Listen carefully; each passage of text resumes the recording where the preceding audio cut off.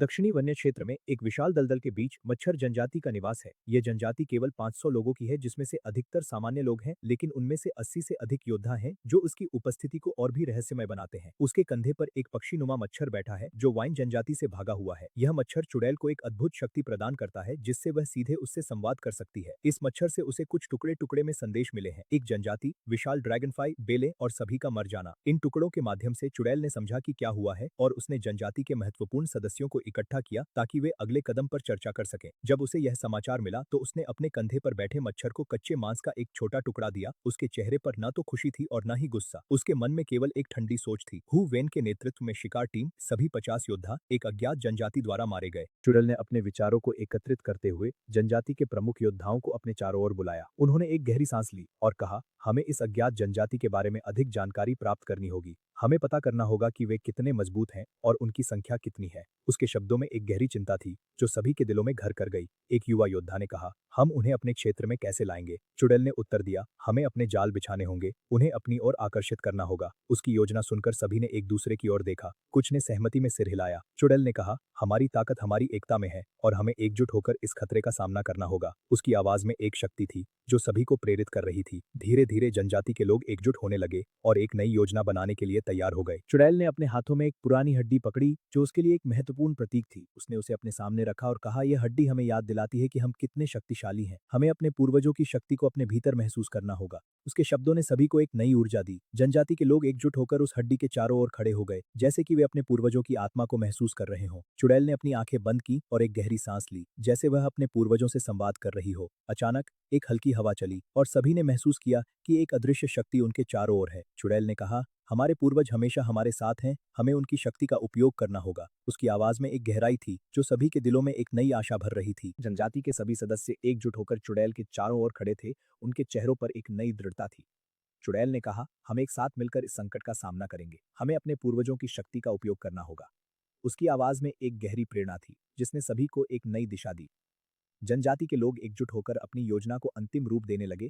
उनके दिलों में एक नई आशा की किरण थी। जैसे जैसे रात गहराने लगी, दलदल में एक रहस्यमय चुप्पी छा गई। मच्छर जनजाति के लोग, जो पहले से ही भयभीत थे, अब एक नई शक्ति के साथ खड़े थे।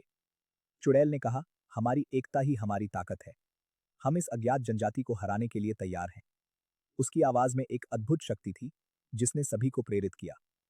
जैसे जैसे चांद की रोशनी दलदल पर पड़ी, सभी ने एकजुट होकर अपने भविष्य के लिए एक नई लड़ाई की तैयारी की। तो ज़रा हिबोक, बताओ हमें क्या करना चाहिए? यह सवाल जंगल की गहराइयों में गूंज रहा था, जहां मच्छर जनजाति की शिकार टीम एकत्रित हुई थी। इस टीम में 5 समूह थे जिनकी संख्या 70 से 80 सदस्यों तक थी, जबकि छोटे समूह में केवल 20 से 30 सदस्य होते थे। हुवे ने एक अनुभवी शिकारी ने एक ऐसे ही समूह का नेतृत्व किया। जैसे ही वे अपनी जनजाति के स्थान से निकले, चारों ओर का वातावरण भारी हो गया। जंगल की गंध, मिट्टी की नमी और पत्तों की सरसराहट ने एक अद्भुत माहौल बना दिया था। बच्चे और महिलाएं जिनकी ताकत कम थी, जनजाति के आसपास खाने योग्य पौधों को इकट्ठा करने में व्यस्त थे। हर कुछ वर्षों में जब आसपास का भोजन कम हो जाता था, वे एक बार फिर से प्रवास करते थे ताकि शिकार और इकट्ठा करने से पर्याप्त भोजन प्राप्त कर सकें। लेकिन इस बार उनकी हालिया प्रवास के तुरंत बाद उन्हें एक शिकार टीम के पूर्ण विनाश का सामना करना पड़ा। यह दृश्य मच्छर जनजाति के लिए अत्यंत क्रोधित करने वाला था। एक शिकारी नेता ने पहले खड़े होकर गुस्से में चिल्लाया, इस जनजाति को खोजो, हमारे लोगों का बदला लेने के लिए उन्हें मार डालो। बिल्कुल, सभी को मार डालो, उनकी सभी संपत्तियां छीन लो। मच्छर जनजाति, जो भोजन की कमी से जूझ रही थी, गुलाम बनाने का कोई इरादा नहीं रखती थी। वे जानते थे कि यदि वे किसी को वापस लाएंगे तो उनकी देखभाल नहीं कर सकेंगे, इसलिए उन्हें मारना और उपयोगी संसाधनों को लेना बेहतर समझा गया। जब तक जनजाति को कोई आपदा नहीं आती और कई लोग नहीं मरते,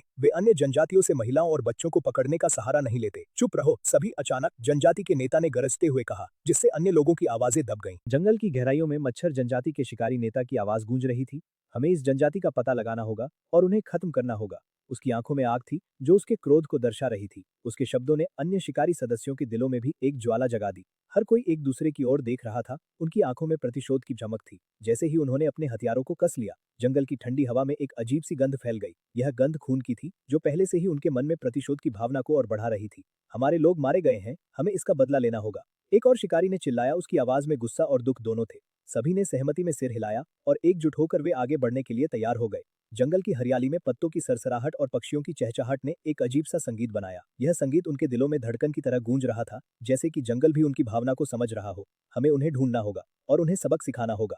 एक एक अन्य शिकारी ने कहा, उसकी आंखों में चमक थी। सभी ने एक स्वर में कहा, हम उन्हें नहीं छोड़ेंगे।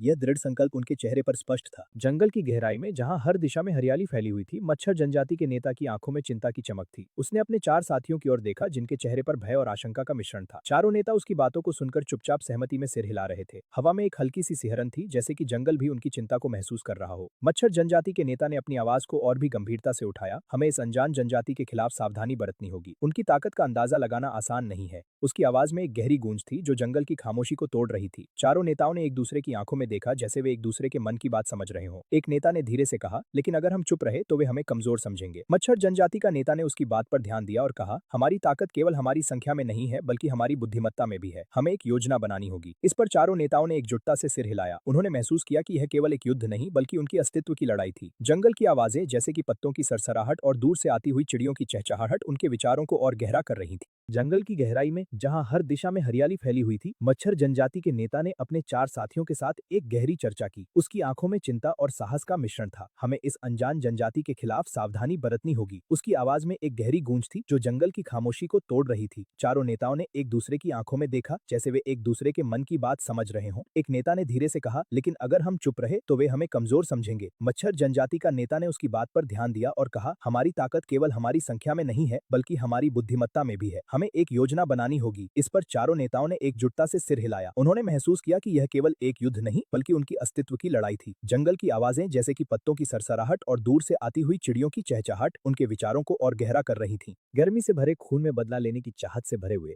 जब वे अपने पूर्व के बयानों की मूर्खता को समझते हैं, तो उनके मन में एक ठंडक सी छा जाती है। वे ग्रेट स्वयं के पास खड़े हैं, जहां मच्छर जनजाति के अलावा भी कई अन्य जनजातियां हैं। ये जनजातियां, जो मच्छर जनजाति से कमजोर नहीं है, कभी कभी शिकार के दौरान मिलती हैं और छोटी मोटी झड़पें होती हैं। एक बार फिर जादूगरनी ने सिर हिलाया और कहा, जो नेता कहता है वही मेरी चिंता है। हमारी जनजाति हाल ही में यहाँ आई है और इस स्थान की समझ अन्य जनजातियों की तुलना में हमारी कमजोर है। बिना सोचे समझे युद्ध शुरू करना हमारे लिए एक बड़ा नुकसान होगा। नेता ने चुपचाप पूछा, जादूगरनी, क्या हम इसे यूं ही छोड़ देंगे? उसकी आवाज में अनिच्छा थी। बिल्कुल नहीं, हम इसे यूं ही नहीं छोड़ सकते। मच्छर जनजाति के नेता ने कहा, लेकिन पहले हमें उस जनजाति की स्थिति को समझना होगा। जब हम यहाँ अपनी स्थिति मजबूत कर लेंगे, तब हम बदला लेने का मौका ढूंढेंगे। जादूगरनी ने नेता की बात से सहमति जताई। जादूगरनी और नेता की एकता से यह मामला लगभग तय हो गया और बाकी लोगों के पास सहमत होने के अलावा कोई विकल्प नहीं था। लेकिन यह मामला अभी खत्म नहीं हुआ है। एक दिन जब मच्छर जनजाति वाइन जनजाति की सच्चाई को जान लेगी, तो वे निश्चित रूप से हुवैन और अन्य का बदला लेने के लिए हमला करेंगे। जैसे ही जादूगरनी और नेता की बातों का प्रभाव बाकी जनजाति के सदस्यों पर पड़ता है, वहां एक गहरी चुप्पी छा जाती है। सभी की आंखों में चिंता और आशंका का मिश्रण है। मच्छर जनजाति के लोग एक दूसरे की ओर देखते हैं, जैसे वे एक दूसरे से सहमति की तलाश कर रहे हों। हवा में एक हल्की सी सिहरन है, जो उनके दिलों की धड़कन को तेज कर देती है। जादूगरनी की आवाज में एक गहराई है, जो सबको सुनाई देती है। हमें समझदारी से काम लेना होगा। वह कहती है, हमारे पास कोई भी गलत कदम उठाने का समय नहीं है। नेता ने उसकी बात को आगे बढ़ाते हुए कहा, हमें अपने दुश्मनों की ताकत और कमजोरियों का पता लगाना होगा। यह सुनकर एक युवा योद्धा ने कहा, लेकिन हमें कब तक इंतजार करना होगा? उसकी आवाज में बेचैनी थी। जादूगरनी ने उसे शांत करते हुए कहा, धैर्य रखो, सही समय का इंतजार करना ही हमारी सबसे बड़ी ताकत है। इस पर सभी ने सहमति में सिर हिलाया, लेकिन उनके दिलों में एक अनजानी आशंका थी। क्या वे वास्तव में सही निर्णय ले रहे हैं? क्या यह इंतजार उन्हें मजबूती देगा या कमजोर कर देगा? ये सवाल उनके मन में घूमने लगे। जैसे ही रात का अंधेरा गहराता है, मच्छर जनजाति के लोग अपने अपने शिविरों में लौट जाते हैं। आग की हल्की रोशनी में उनके चेहरे पर चिंता की छाया है। जादूगरनी ने एक युवा योद्धा को अपने पास बुलाया और कहा, तुम्हें अपने कौशल को और निखारना होगा। युवा योद्धा ने उत्साह से कहा, मैं तैयार हूँ जादूगरनी, मैं अपनी जनजाति की रक्षा के लिए कुछ भी करूंगा। जादूगरनी ने उसे प्रोत्साहित करते हुए कहा, तुम्हारी मेहनत ही तुम्हारी सबसे बड़ी ताकत है। इस बीच नेता अपने विचारों में खोया हुआ है। वह सोचता है कि क्या उनकी रणनीति सही है, क्या वे वास्तव में अपने दुश्मनों का सामना कर पाएंगे। अचानक एक तेज आवाज सुनाई देती है, जो सबको चौंका देती है। यह एक शिकारी का शोर है, जो जंगल में शिकार कर रहा है। जादूगरनी और नेता दोनों उस दिशा में देखते हैं जहां से आवाज आ रही है। जादूगरनी ने कहा, हमें सतर्क रहना होगा। नेता ने सहमति में सिर हिलाया। यह रात केवल अंधेरा नहीं, बल्कि एक नई चुनौती का संकेत है। सुबह की पहली किरणें जब जंगल में फैलती हैं, तो मच्छर जनजाति के लोग एक नई ऊर्जा के साथ जागते हैं। जादूगरनी ने आगे कहा, हमें उनकी ताकत और कमजोरियों का पता लगाना होगा। तभी एक बुजुर्ग जनजाति का सदस्य बोला, कि क्या हमें सीधे हमला नहीं करना चाहिए? जादूगरनी ने उसे समझाते हुए कहा, नहीं, पहले हमें समझदारी से काम लेना होगा। सभी ने सहमति में सिर हिलाया। जैसे जैसे दिन बढ़ता है, एक नई रणनीति की योजना बनती है। सभी जनजाति के लोग एकजुट होकर अपने दुश्मनों का सामना करने के लिए तैयार होते हैं। यह एक नई शुरुआत है, जहां हर कोई अपनी भूमिका निभाने के लिए तत्पर है। जैसे ही दिन ढलता है, मच्छर जनजाति के लोग अपने नए निर्णय के साथ तैयार होते हैं। जादूगरनी और नेता एक दूसरे की आंखों में देखते हैं और एक गहरी समझ बनती है। जादूगरनी ने कहा, हमारे लिए यह समय है कि हम अपनी ताकत को पहचानें। नेता ने कहा, हम एकजुट होकर अपने दुश्मनों का सामना करेंगे। सभी ने एक स्वर में कहा, हम तैयार हैं। यह एक नया संकल्प है जो उनके दिलों में जलता है। जैसे ही वे जंगल में प्रवेश करते हैं, एक नई ऊर्जा उनके साथ होती है। हवा में एक ताजगी है जो उन्हें आगे बढ़ने के लिए प्रेरित करती है। हर कदम पर वे अपने दुश्मनों की सच्चाई को जानने के लिए उत्सुक हैं। यह एक यात्रा है जो केवल बदला लेने की नहीं, बल्कि अपनी पहचान को खोजने की भी है। जियांग शुआन ने अपने लोगों के साथ मिलकर वाइन जनजाति के चारों ओर के जंगल में कई जाल बिछाए। ये जाल न केवल चेतावनी और बाधाओं के रूप में कार्य करते थे, बल्कि कुछ शिकार भी पकड़ते थे, जिससे वाइन जनजाति के लिए अतिरिक्त भोजन की व्यवस्था होती थी। जंगल की गहराइयों में, जहां पेड़ों की छाया गहरी थी और पत्तों की सरसराहट सुनाई देती थी, जियांग ने महसूस किया कि यह स्थान कितना महत्वपूर्ण है। उन्होंने अपने हाथ में एक मशाल थाम रखी थी, जो अंधेरे को चीरती हुई आगे बढ़ रही थी। जालों के चारों ओर की मिट्टी में हल्की सी नमी थी, जो उन प्रयासों की गवाही दे रही थी जो उन्होंने अपने जीवन को बचाने के लिए किए थे। जियांग ने सोचा कि अगर वे इस तरह से काम करते रहे तो एक दिन उनकी जनजाति मजबूत हो जाएगी। उन्होंने अपने साथियों को निर्देश दिए कि वे उन स्थानों को मजबूत करें जो ढहने के लिए प्रवृत्त हैं। उनके मन में एक अजीब सा विचार आया, यह वाइन जनजाति इतनी मेहनत कर रही है, जल्द ही यह बांस चूहा जनजाति में बदल जाएगी। लेकिन उनकी स्थिति को देखते हुए छिपना ही एकमात्र विकल्प था। जियांग ने सोचा कि जब उनकी जनजाति मजबूत हो जाएगी तो उन्हें हमेशा छिपने की जरूरत नहीं पड़ेगी। जियांग शुआन ने खुदाई की गई सुरंग में कदम रखा, जहां मिट्टी की ताजगी और ठंडक ने उसे एक अजीब सा एहसास दिया। सुरंग की दीवारों पर हल्की सी नमी थी और जियांग ने महसूस किया कि यह स्थान कितनी संभावनाओं से भरा है। उसने मशाल को दीवारों के करीब लाते हुए देखा कि कुछ स्थानों पर मिट्टी ढहने के लिए तैयार थी। उसने अपने साथियों को आवाज दी, इन जगहों को मजबूत करो, नहीं तो यह सब बेकार हो जाएगा। उसकी आवाज में एक गंभीरता थी जो उसके नेतृत्व की जिम्मेदारी को दर्शाती थी। सुरंग के भीतर उसके कदमों की आवाज गूंज रही थी और वह सोच रहा था कि ये सुरंगें केवल जीवन रक्षक आश्रय नहीं होंगी, बल्कि भविष्य में खाद्य भंडारण के लिए भी उपयोगी होंगी। जियांग ने अपने मन में ठान लिया कि जब सर्दियां आएंगी और जमीन जमी हुई होगी, तब ये सुरंगें उनके लिए कितनी महत्वपूर्ण साबित होंगी। सुरंग से बाहर निकलते ही उसने अपने विचारों को व्यक्त किया, यह वाइन जनजाति इतनी मेहनत कर रही है, जल्द ही यह बांस चूहा जनजाति में बदल जाएगी। उसकी आंखों में एक चमक थी जो उसकी आशा और संघर्ष को दर्शाती थी। जियांग शुआन ने सुरंग से बाहर निकलते ही अपने चारों ओर देखा। बांस के घर के पास उसने एक युवक को देखा जो पहाड़ी पर एक गड्ढा खोद रहा था। उसकी जिज्ञासा बढ़ी और वह उस ओर बढ़ा। तुम क्या कर रहे हो? उसने पूछा। युवक, जिसका नाम दाजियाओ था, एक साधारण दिखने वाला युवा था जो आमतौर पर चुप रहता था लेकिन काम में बहुत मेहनती था। दाजियाओ ने जियांग की आवाज सुनी और जल्दी से मुड़कर कहा, नेता, मैं आलसी नहीं हूँ, मैंने अभी खाना खाया है और सब लोग अभी काम पर नहीं आए हैं। जियांग ने उसे आश्वस्त करते हुए कहा, नर्वस मत हो, मैंने नहीं कहा कि तुम आलसी हो, मैं तो बस देखना चाहता था कि तुम क्या कर रहे हो। दाजियाओ ने राहत की सांस ली और गड्ढे की ओर इशारा करते हुए कहा, मैं यहाँ एक बड़ा गड्ढा खोदना चाहता हूँ। जियांग ने उसकी बात सुनकर आश्चर्यचकित होकर पूछा, गड्ढा क्यों खोदना? दाजियाओ ने थोड़ी हिचकिचाहट के बाद हिम्मत जुटाते हुए कहा, मैं इसे कीड़े पालने के लिए इस्तेमाल करना चाहता हूँ। जियांग की आंखों में आश्चर्य की चमक थी, यह विचार उसके लिए नया था। जियांग शुआन ने दाजियाओ के शब्दों को सुनकर उसकी आंखों में गहराई से देखा। कीड़े पालने का विचार, उसने सोचा, यह एक अनोखी और साहसिक योजना थी। दाजियाओ की मेहनत और समर्पण ने जियांग को प्रभावित किया। वह जानता था कि इस कठिन समय में हर एक विचार और प्रयास महत्वपूर्ण है। जियांग ने दाजियाओ से कहा, तुम्हारी योजना बहुत दिलचस्प है, क्या तुमने इसके बारे में सोचा है कि तुम किस प्रकार के कीड़े पालोगे? दाजियाओ ने थोड़ी हिचकिचाहट के बाद कहा, मैं सोच रहा हूँ कि शायद हमें कुछ खाने योग्य कीड़े पालने चाहिए, जैसे कि टिड्डे या अन्य। जियांग ने उसकी बात को गंभीरता से लिया और कहा, यह एक अच्छा विचार है, अगर हम इसे सही तरीके से करें तो यह हमें सर्दियों में बहुत मदद कर सकता है। दाजियाओ की आंखों में एक नई उम्मीद की चमक आई। जियांग ने उसे प्रोत्साहित करते हुए कहा, तुम्हारी मेहनत और विचारशीलता से हमारी जनजाति को बहुत लाभ होगा। दोनों के बीच एक नई ऊर्जा का संचार हुआ जो उनके संघर्ष और भविष्य की संभावनाओं को दर्शाता था। जियांग शुआन और दाजियाओ के बीच की बातचीत ने एक नई दिशा ले ली। जियांग ने महसूस किया कि इस कठिन समय में हर एक व्यक्ति की सोच और प्रयास महत्वपूर्ण है। दाजियाओ की योजना ने उसे प्रेरित किया। उसने सोचा कि अगर वे सभी मिलकर काम करें तो उनकी जनजाति की स्थिति में सुधार हो सकता है। हम सभी को एकजुट होकर काम करना होगा, जियांग ने कहा, ताकि हम अपनी स्थिति को मजबूत कर सकें। दाजियाओ ने सिर हिलाते हुए सहमति जताई। जियांग ने आगे कहा, तुम्हारी योजना की सफलता के लिए हमें इसे सही तरीके से लागू करना होगा। दाजियाओ ने उत्साह से कहा, मैं पूरी मेहनत करूंगा, नेता। जियांग ने मुस्कुराते हुए कहा, तुम्हारी मेहनत से हमारी जनजाति को एक नई दिशा मिलेगी। दोनों ने एक दूसरे की आंखों में उम्मीद की चमक देखी। यह क्षण उनके लिए केवल एक बातचीत नहीं थी, बल्कि एक नई शुरुआत थी जो उनकी जनजाति के भविष्य को उज्जवल बनाने की दिशा में एक कदम था। दाजियाओ ने उत्साह से कहा, हाँ, मैं कुछ खाने योग्य कीड़ों को पालना चाहता हूँ। काम के बाद मैं उन्हें कुछ पत्तियां और मुलायम घास खिला सकता हूँ। जैसे ही उसने यह कहा, उसकी आवाज में एक हल्की ट्रेमर थी जो उसकी उत्तेजना को दर्शा रही थी। उसने आगे कहा, मैंने देखा है कि कुछ कीड़े नम जगहों को पसंद करते हैं, इसलिए मैं एक बड़ा गड्ढा खोदने की योजना बना रहा हूँ ताकि उन्हें वहां पाल सकूं। उसने सोचा, वास्तव में जियांग शुआन का हमेशा से यह योजना थी कि जब खेती सफल हो जाए तो वह खाद्य उत्पादन को बढ़ाने के लिए और अधिक खेती करेगा। लेकिन दजियाओ का कीड़ों को पालने का विचार एक नई दिशा में ले गया। उसने सोचा कि कीड़े सर्वाहारी होते हैं, भूख सहन करते हैं और उन्हें पालना आसान होता है। इस दुनिया के कीड़े बड़े और मांसल होते हैं जो तेजी से बढ़ते हैं। अगर यह सफल हो गया तो वाइन जनजाति के पास जल्दी ही खाने के लिए बहुत सारे कीड़े होंगे। यह सोचकर जियांग शुआन के चेहरे पर एक चमकदार मुस्कान आ गई। दजियाओ, तुम्हारा विचार वास्तव में उत्कृष्ट है। जियांग शुआन ने दजियाओ की आंखों में उत्साह की चमक देखी और उसके मन में विचारों की लहरें उठने लगीं। उसने सोचा, अगर हम कीड़ों को पालने में सफल हो गए तो यह हमारी जनजाति के लिए एक नई शुरुआत हो सकती है। उसने दजियाओ से कहा, क्या तुम सच में सोचते हो कि यह संभव है? दजियाओ ने थोड़ा संकोच करते हुए कहा, हाँ, मुझे विश्वास है। जियांग शुआन ने फिर से विचार किया और कहा, ठीक है, मैं तुम्हें सुबह आधे दिन काम करने और दोपहर में कीड़ों को पालने का मौका दूंगा। अगर तुम्हें किसी मदद की जरूरत हो तो मैं दूसरों को भी तुम्हारी सहायता के लिए नियुक्त कर दूंगा। दजियाओ ने यह सुनकर खुद को सपने में खोया हुआ महसूस किया। उसे लगा जैसे वह किसी जादुई दुनिया में प्रवेश कर गया हो। उसने कभी नहीं सोचा था कि उसकी कीड़ों को पालने की योजना को इतना समर्थन मिलेगा। उसकी आंखों में चमक थी, जैसे उसने अपनी मेहनत का फल पाया हो। जियांग शुआन का समर्थन उसके लिए एक नई ऊर्जा का स्रोत था। जियांग शुआन ने दजियाओ की आंखों में चमक देखी और उसके मन में विचारों की लहरें उठने लगी। उसने सोचा, अगर हम कीड़ों को पालने में सफल हो गए तो यह हमारी जनजाति के लिए एक नई शुरुआत हो सकती है। उसने दजियाओ से कहा, क्या तुम सच में सोचते हो कि यह संभव है? दजियाओ ने थोड़ा संकोच करते हुए कहा, हाँ, मुझे विश्वास है। जियांग शुआन ने फिर से विचार किया और कहा, ठीक है, मैं तुम्हें सुबह आधे दिन काम करने और दोपहर में कीड़ों को पालने का मौका दूंगा। अगर तुम्हें किसी मदद की जरूरत हो तो मैं दूसरों को भी तुम्हारी सहायता के लिए नियुक्त कर दूंगा। दजियाओ ने यह सुनकर खुद को सपने में खोया हुआ महसूस किया। उसे लगा जैसे वह किसी जादुई दुनिया में प्रवेश कर गया हो। उसने कभी नहीं सोचा था कि उसकी कीड़ों को पालने की योजना को इतना समर्थन मिलेगा।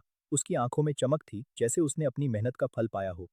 जियांग शुआन का समर्थन उसके लिए एक नई ऊर्जा का स्रोत था। दजियाओ ने अपनी योजना के बारे में सोचा और उसके मन में एक नई दुनिया की कल्पना करने लगा। उसने सोचा कि अगर वह कीड़ों को सफलतापूर्वक पाल लेता है तो यह न केवल उसकी बल्कि पूरी जनजाति की किस्मत बदल देगा। उसने अपने मन में यह भी सोचा कि कीड़ों की खेती से उन्हें न केवल भोजन मिलेगा बल्कि यह उनके जीवन को भी आसान बना देगा। जियांग शुआन की बातों ने उसे एक नई दिशा दी थी। उसने अपने आसपास की हरियाली को देखा और महसूस किया कि यह सब संभव है। उसने अपने हाथों में मिट्टी की ठंडक महसूस की और उसे लगा कि यह उसकी मेहनत का प्रतीक है। उसने अपने दिल में एक संकल्प लिया कि वह इस योजना को सफल बनाएगा। उसकी आंखों में एक चमक थी, जैसे उसने अपने सपनों को साकार करने का रास्ता खोज लिया हो। जियांग शुआन और दजियाओ की बातचीत ने न केवल उनके बीच एक नई दोस्ती की नींव रखी बल्कि यह भी दर्शाया कि कैसे एक साधारण विचार भी बड़े बदलाव ला सकता है। दजियाओ ने अपने दिल में एक नई उम्मीद महसूस की, जैसे उसने अपने सपनों को साकार करने का पहला कदम उठाया हो। जियांग शुआन ने उसे प्रोत्साहित किया और दजियाओ ने महसूस किया कि अब उसके पास एक साथी है जो उसकी मदद करेगा। उसने सोचा, अगर मैं इस योजना को सफल बना लेता हूं तो यह न केवल मेरी बल्कि पूरी जनजाति की जिंदगी बदल देगा।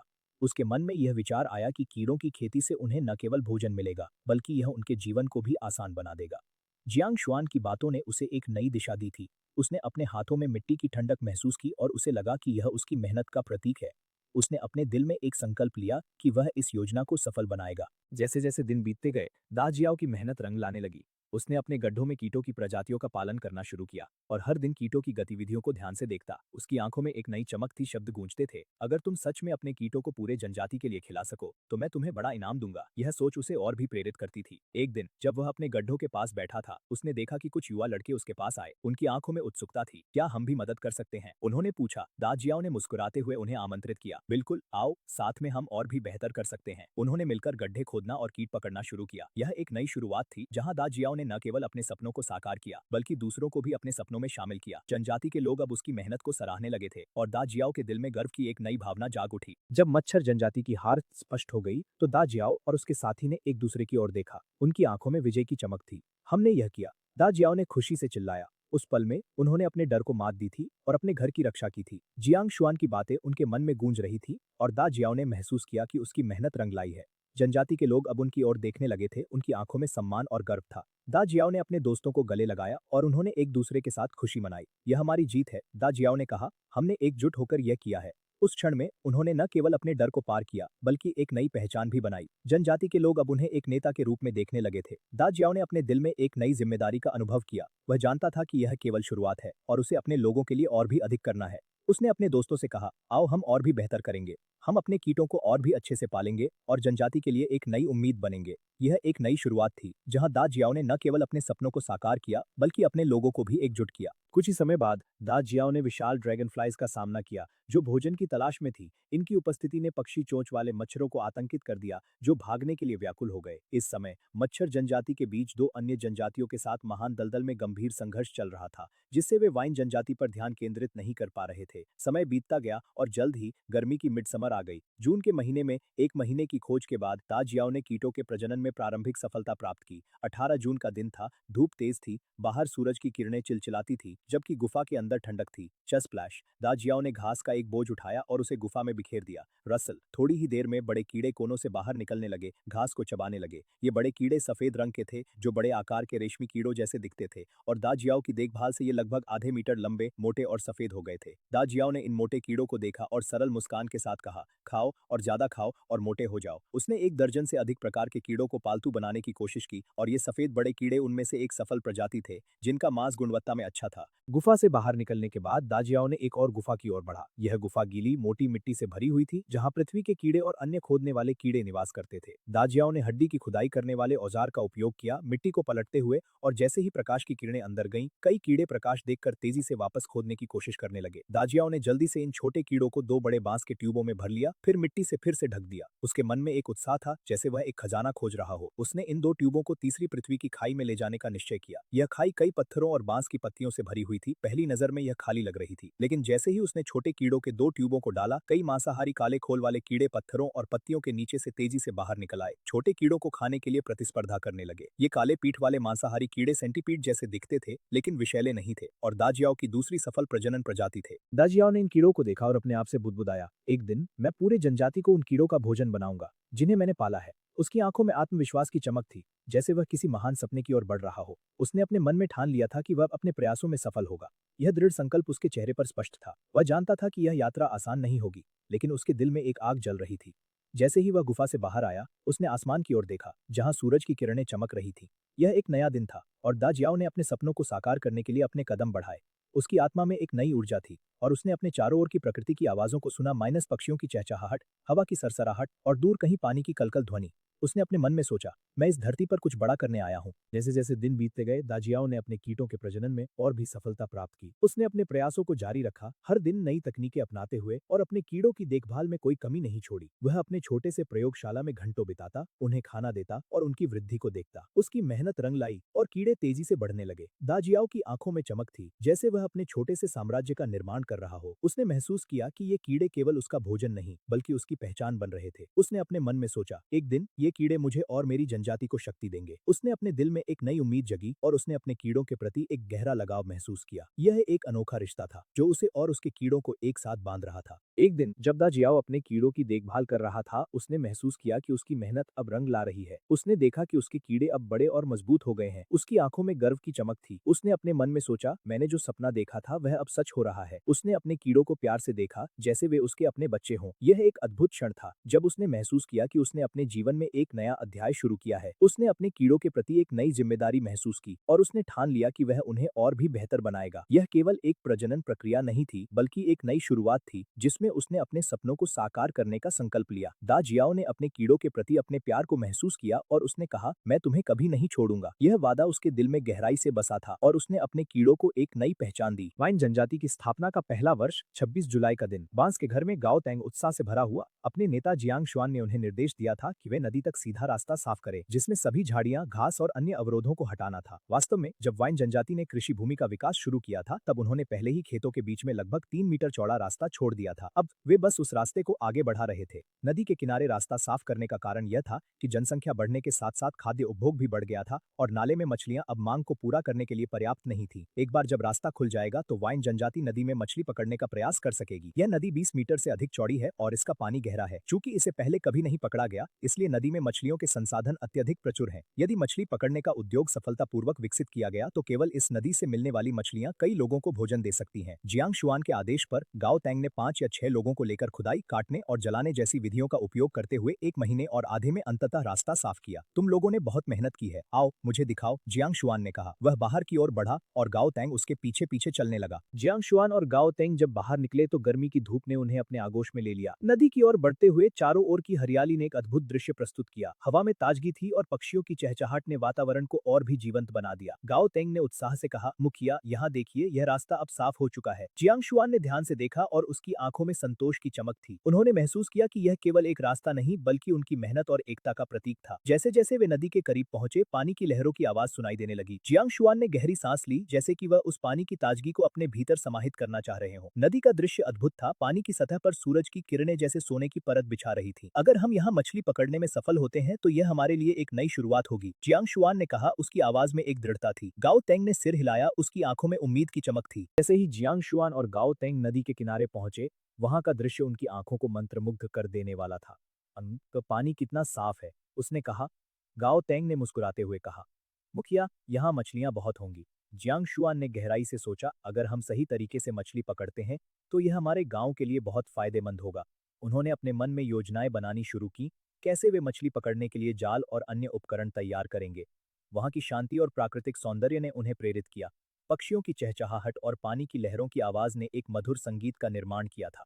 जियांग शुआन ने गाओ तेंग की ओर देखा, हमें जल्दी से तैयारी करनी होगी। गाओ तेंग ने उत्साह से सिर हिलाया।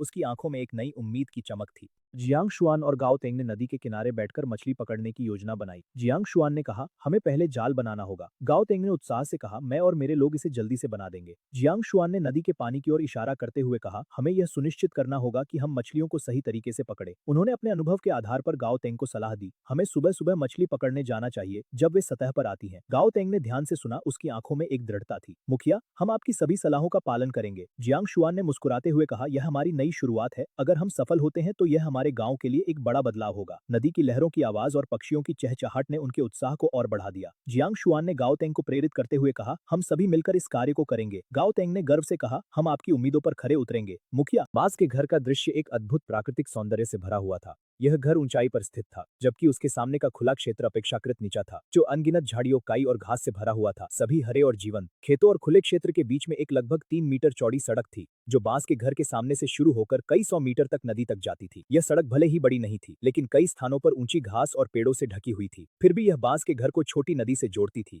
जो यहाँ के निवासियों के लिए बहुत महत्वपूर्ण थी। जब वाइन जनजाति के लोग नदी की ओर जाना चाहते थे तो उन्हें कांटों को काटने या बहुत समय बर्बाद करने की आवश्यकता नहीं थी। वे बस इस सड़क का अनुसरण कर सकते थे। जैसे कि कहा जाता है, धन पाने के लिए पहले सड़कें बनानी चाहिए, और यह सिद्धांत यहाँ भी लागू होता था। दृश्य का अवलोकन करने के बाद जियांग शुआन ने गाओ तेंग को इस सड़क पर ले जाने का निर्णय लिया। वह तालाब के पास से गुजरा, खेतों के बीच से होते हुए, और इस सड़क पर चलकर विशाल खुले क्षेत्र की ओर बढ़ा। चारों ओर के पेड़ और पौधे बहुत ऊंचे थे। सड़क थोड़ी चट्टानी थी और काफी असमान थी। जमीन पर कई ठूंठ थे। फिर भी जियांग शुआन के दिल में एक उत्साह था। जियांग शुआन ने धीरे धीरे सड़क पर कदम रखा। उसके मन में उत्साह और जिज्ञासा का मिश्रण था। वह तालाब के किनारे पर खड़ा होकर उसकी शांति और सुंदरता को महसूस कर रहा था। पानी की सतह पर हल्की लहरें उठ रही थी, जो सूर्य की किरणों में चमक रही थी। तालाब के चारों ओर की घास में ताजगी की महक थी, जो उसे एक नई ऊर्जा दे रही थी। जैसे जैसे वह आगे बढ़ा, खेतों की हरियाली ने उसे और भी आकर्षित किया। फसलों की खुशबू हवा में तैर रही थी और जियांग को महसूस हुआ कि यह धरती कितनी उपजाऊ है। खेतों में काम कर रहे किसान उसकी नजरों के सामने आए, जो मेहनत से फसलों की देखभाल कर रहे थे। उनकी मेहनत और समर्पण ने जियांग को प्रेरित किया। वह सोचने लगा कि कैसे ये लोग अपने जीवन को बेहतर बनाने के लिए कड़ी मेहनत कर रहे हैं। जियांग ने खेतों के बीच से गुजरते हुए उन किसानों को देखा, जिनके चेहरे पर संतोष और खुशी थी। उन्हें देखकर उसे अपने भीतर एक नई प्रेरणा मिली। वह जानता था कि इस भूमि की समृद्धि में ही उसकी और उसके समुदाय की समृद्धि छिपी हुई है।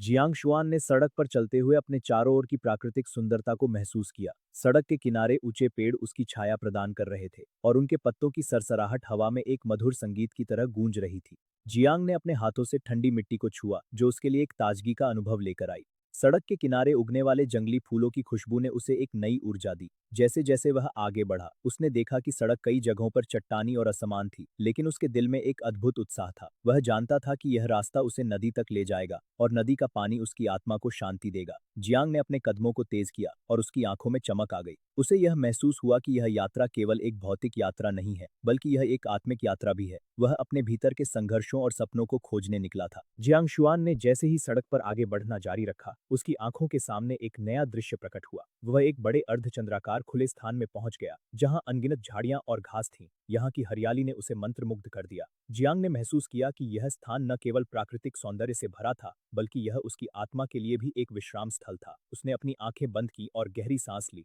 जिससे उसे ताजगी का अनुभव हुआ। हवा में घास और मिट्टी की खुशबू थी जो उसे अपने घर की याद दिला रही थी। उसने अपने चारों ओर देखा और वहां की शांति ने उसके मन को एक अद्भुत सुकून दिया। जियांग ने सोचा कि यह जगह उसकी यात्रा का एक महत्वपूर्ण मोड़ है। यहाँ पर खड़े होकर उसने अपने जीवन के लक्ष्यों और सपनों के बारे में विचार किया। यह खुला स्थान उसके लिए एक नई शुरुआत का प्रतीक था। जियांग शुआन ने अंततः सड़क पर चलना जारी रखा और उसके मन में एक नई ऊर्जा और आत्मविश्वास था। उसने देखा कि सड़क धीरे धीरे नदी की ओर जा रही थी और उसके दिल में एक अद्भुत उत्साह था। जैसे जैसे वह नदी के करीब पहुंचता गया, उसने पानी की आवाज सुनाई दी जो उसके लिए एक मधुर संगीत की तरह थी। जियांग ने अपने कदमों को तेज किया और उसकी आंखों में चमक आ गई। वह जानता था कि नदी केवल पानी का स्रोत नहीं है, बल्कि यह उसके जीवन की धारा है। जैसे ही वह नदी के किनारे पहुंचा, उसने देखा कि पानी की सतह पर सूरज की किरणें बिखरी हुई थीं, जो उसे एक अद्भुत दृश्य प्रदान कर रही थीं। जियांग ने अपने हाथों को पानी में डाला और ठंडक का अनुभव किया। यह ठंडक उसके लिए एक नई शुरुआत का प्रतीक थी। उसने अपने भीतर के संघर्षों को पीछे छोड़ते हुए अपने सपनों की ओर बढ़ने का निर्णय लिया। खुले मैदान में चलने के दौरान झांग शुआन और गुओ तेंग ने कई 100 मीटर की दूरी तय की। चारों ओर कासे की हावशी डेजिगे। पानी का प्रवाह निरंतर था और उसमें अनगिनत मछलियां तैर रही थी जो आगे पीछे दौड़ रही थी। नदी के किनारे पर कुछ जल पक्षी तैर रहे थे जो कभी कभी छोटी मछलियां और झींगे खाने के लिए डुबकी लगाते थे। जब लोग उनके करीब आए तो वे भागने की कोई कोशिश नहीं कर रहे थे। अरे, वो जल पक्षी एक बतख की तरह दिखता है, झांग शुआन ने आश्चर्य से कहा। जल पक्षी का चोंच बतख के समान था, चपटा, और उसके पंख रंग बिरंगे थे। वे आकार में काफी बड़े थे और दिखने में मोटे लग रहे थे। मुखिया, बतख क्या होती है? गुओ तेंग ने पूछा। उसे इस शब्द का पहले कभी पता नहीं था। बतख एक प्रकार का जल पक्षी है जो खाने में स्वादिष्ट होता है और अंडे दे सकता है, झांग शुआन ने संकोच में कहा। वह समझाने में असमर्थ था, लेकिन उसने संक्षेप में जानकारी दी। गुओ तेंग ने सिर खुजाते हुए महसूस किया कि यह बात इतनी सरल नहीं है, लेकिन उसने और सवाल नहीं किए। झांग शुआन ने बड़े जलपक्षियों को देखा जो बतखों से कहीं बड़े थे और उसकी आंखों में चमक आ गई। जुलाई के बाद मौसम गर्म रहने के बावजूद यह दुनिया शरद ऋतु में प्रवेश कर रही थी। खेतों में लगाए गए 30 एकड़ फसलें धीरे धीरे पकने लगी थी। इसी समय दा जियाओ द्वारा खोदी जा रही गुफा भी बड़ी होती जा रही थी और पाले जा रहे कीड़े भी बढ़ने लगे थे। जैसे ही झांग शुआन और गुओ तेंग नदी के किनारे खड़े थे, चारों ओर की प्राकृतिक सुंदरता ने उन्हें मंत्रमुग्ध कर दिया। नदी का पानी सूर्य की किरणों में चमक रहा था, जैसे कि अनगिनत हीरे बिखरे हों। जल पक्षियों की चहचहाट और पानी में मछलियों के तैरने की आवाजें वातावरण को जीवंत बना रही थी। झांग शुआन ने गहराई से सांस ली। ताजगी और नमी की खुशबू ने उसके मन को शांति दी। देखो, वो जल पक्षी कितना सुंदर है, उसने गुओ तेंग की ओर इशारा किया। गुओ तेंग ने ध्यान से देखा, उसकी आंखों में जिज्ञासा थी। क्या ये बतख है? उसने पूछा। झांग शुआन ने मुस्कुराते हुए कहा, नहीं, ये बतख से बड़े हैं, लेकिन ये भी जल पक्षी हैं। गुओ तेंग ने सिर हिलाया, उसकी आंखों में चमक थी। वह सोचने लगा कि क्या वह भी कभी इन जल पक्षियों की तरह उड़ सकता है। झांग शुआन ने महसूस किया कि गुओ तेंग की जिज्ञासा उसे और भी अधिक उत्साहित कर रही थी। उन्होंने नदी के किनारे पर बैठकर पानी की लहरों को देखते हुए अपने सपनों के बारे में बात की। झांग शुआन ने कहा, जब हम बड़े होंगे तो हम भी अपने सपनों को पूरा करेंगे। गुओ तेंग ने उत्साह से कहा, हाँ, हम एक दिन उड़ेंगे। सूरज की किरणें धीरे धीरे ढलने लगीं और नदी का पानी सुनहरे रंग में बदलने लगा। झांग शुआन और गुओ तेंग ने अपने सपनों के बारे में बात करते हुए अपने भविष्य की योजनाएं बनाई। झांग शुआन ने कहा, हमारी दोस्ती कभी खत्म नहीं होगी। गुओ तेंग ने सहमति में सिर हिलाया, उसकी आंखों में विश्वास था। हम हमेशा एक दूसरे का साथ देंगे, उसने कहा। जैसे जैसे दिन ढलने लगा, चारों ओर की आवाजें धीमी हो गईं, केवल पानी की लहरों की आवाज सुनाई दे रही थी। झांग शुआन ने गहराई से सांस ली। ताजगी और नमी की खुशबू ने उसे एक नई ऊर्जा दी। क्या तुमने कभी सोचा है कि हम बड़े होकर क्या करेंगे? उसने पूछा। गुओ तेंग ने मुस्कुराते हुए कहा, हाँ, मैं एक बड़ा शिकारी बनूंगा। झांग शुआन ने कहा, और मैं एक महान नेता। दोनों ने एक दूसरे की आंखों में देखा और उनकी आंखों में एक नई चमक थी। यह पल उनके लिए एक नई शुरुआत थी, जहां उन्होंने अपने सपनों को साकार करने का संकल्प लिया। जैसे ही सूरज पूरी तरह से ढल गया, रात का अंधेरा चारों ओर फैलने लगा। झांग शुआन और गुओ तेंग ने अपने सपनों के बारे में बात करते हुए एक दूसरे की आंखों में विश्वास और उम्मीद की चमक देखी। नदी के किनारे पर बैठकर उन्होंने महसूस किया कि उनकी दोस्ती की गहराई और भी बढ़ गई है। झांग शुआन ने कहा, हमेशा याद रखो, दोस्ती सबसे महत्वपूर्ण है। गुओ तेंग ने सिर हिलाया, उसकी आंखों में चमक थी। हम एक दूसरे का साथ कभी नहीं छोड़ेंगे, उसने कहा। जैसे जैसे रात गहराने लगी, चांद की रोशनी ने नदी के पानी को चांदनी में बदल दिया। यह दृश्य उनके दिलों में एक नई आशा भर रहा था। झांग शुआन ने कहा, हम अपने सपनों को पूरा करने के लिए हमेशा एक दूसरे का सहारा बनेंगे। गुओ तेंग ने मुस्कुराते हुए कहा, हाँ, हम हमेशा एक साथ रहेंगे। इस पल ने उनके बीच की दोस्ती को और भी मजबूत बना दिया। वहीं जनजाति ने जब पर्याप्त भोजन प्राप्त कर लिया तो अब वे पशुपालन की दिशा में कदम बढ़ाने के लिए उसके मन में सबसे पहले एक बड़े बांस चूहा का प्याल आया जो पहाड़ों पर पाया जाता था। यह चूहा शाकाहारी था और इसकी आहार विविधता अद्भुत थी। यह न केवल बांस खाता था, बल्कि कई छोटे झाड़ियां, विभिन्न पौधों की कंदे का सोचा था। और कुछ दिन पहले उसने कुछ चूजों को पकड़कर पालने का प्रयास किया था, लेकिन यह एक अजीब स्थिति थी, क्योंकि जब चूजे अपनी मां से अलग हुए तो वे अत्यंत नाजुक थे और जल्दी ही मर गए।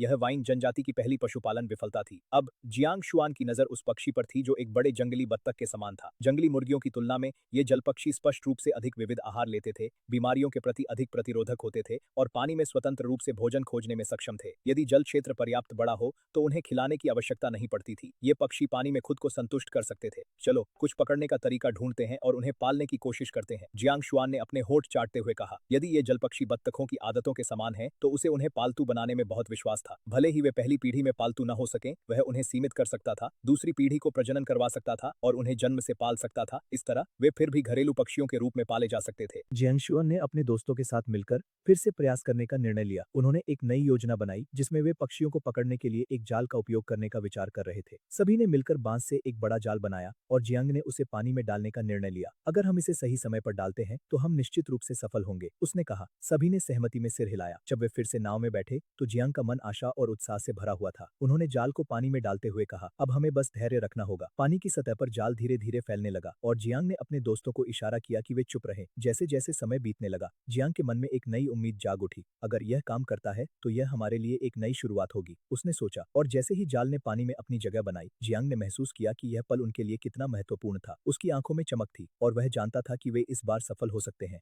इस दृश्य में एक शांत नदी का किनारा है जहां पानी के पक्षियों का एक झुंड तैर रहा है। अचानक पानी में एक विशाल मछली उभरती है। उसकी लाल लाल मुख खुलता है जैसे वह पक्षियों में से किसी एक को पकड़ने की कोशिश कर रही हो। पक्षियों की चहचहाहट से वातावरण में हलचल मच जाती है। क्वैक क्वैक क्वैक की आवाजें गूंजती हैं और पक्षियों की आंखों में डर और आशंका झलकती है। जैसे ही मछली पानी में से बाहर आती है, पक्षियों ने तुरंत उड़ान भर ली। उनकी पंखों की फड़फड़ाहट और पानी की छींटों की आवाज वातावरण को जीवंत बना देती है। मछली, जो कि एक भयंकर शिकारी है, एक बार फिर पानी में वापस लौट जाती है। पक्षियों का झुंड झाड़ियों में छिप जाता है। उनकी चहचहाहट अब भी सुनाई देती है। यह दृश्य एक अद्भुत प्राकृतिक संतुलन को दर्शाता है जहां जीवन और मृत्यु का खेल चल रहा है। झाड़ियों में छिपे हुए पक्षियों की आवाजें सुनकर जियांग शुआन की आंखों में चमक आ जाती है। चलो वापस चलते हैं, वह कहता है। उसकी आवाज में उत्साह और साहस झलकता है। गाओतेंग तेजी से दाजियाओ की ओर दौड़ता है। उसकी आंखों में कीड़ों को पकड़ने की उत्सुकता है। चिशाओ वहीं पर खड़ी मजबूत रस्सियों और शाखाओं की तैयारी कर रही है। उसकी सोच में एक दृढ़ता है, जैसे वह जानती हो कि यह योजना सफल होगी। गाओतेंग कुछ ही समय में लौटता है। उसके हाथों में ताजे मोटे सफेद कीड़े हैं। चिशाओ ने भी मजबूत पेड़ की छाल से बनी रस्सियां और ठोस शाखाएं तैयार कर ली हैं। अब वे सभी मिलकर नदी के किनारे पर लौटते हैं जहां वे जाल लगाने की तैयारी कर रहे हैं। चिशाओ रेत और कंकड़ से भरे नदी किनारे पर चलती है जहां पानी के पक्षियों ने छिपने के लिए स्थान बनाया है। वह ध्यान से जमीन पर नजर डालती है जहां उसे कई पैरों के निशान और पक्षियों की बूंदें दिखाई देती हैं। जाल तैयार करने के बाद चिशाओ और उसके साथी नदी के किनारे पर खड़े होते हैं। उनकी आंखों में उत्सुकता और थोड़ी चिंता है। वे जानते हैं कि यह एक चुनौतीपूर्ण कार्य है, लेकिन उनके दिल में उम्मीद की किरण है। जैसे ही सूरज की किरणें झाड़ियों के बीच से छनकर आती हैं, एक नई ऊर्जा का संचार होता है। चिशाओ ने अपने हाथों में जाल को मजबूती से पकड़ा है और उसकी आंखों में एक दृढ़ संकल्प है। अब हमें बस इंतजार करना है, वह कहती है। उसकी आवाज में आत्मविश्वास है। गाओ तेंग और जियांग शुआन उसके साथ सहमति में सिर हिलाते हैं। उनकी आंखों में भी वही उम्मीद है। नदी का पानी धीरे धीरे बहता है और पक्षियों की चहचहाहट सुनाई देती है, जैसे वे अपनी किस्मत का इंतजार कर रहे हों। यह एक अद्भुत क्षण है जहां प्रकृति और मानवता का मिलन हो रहा है।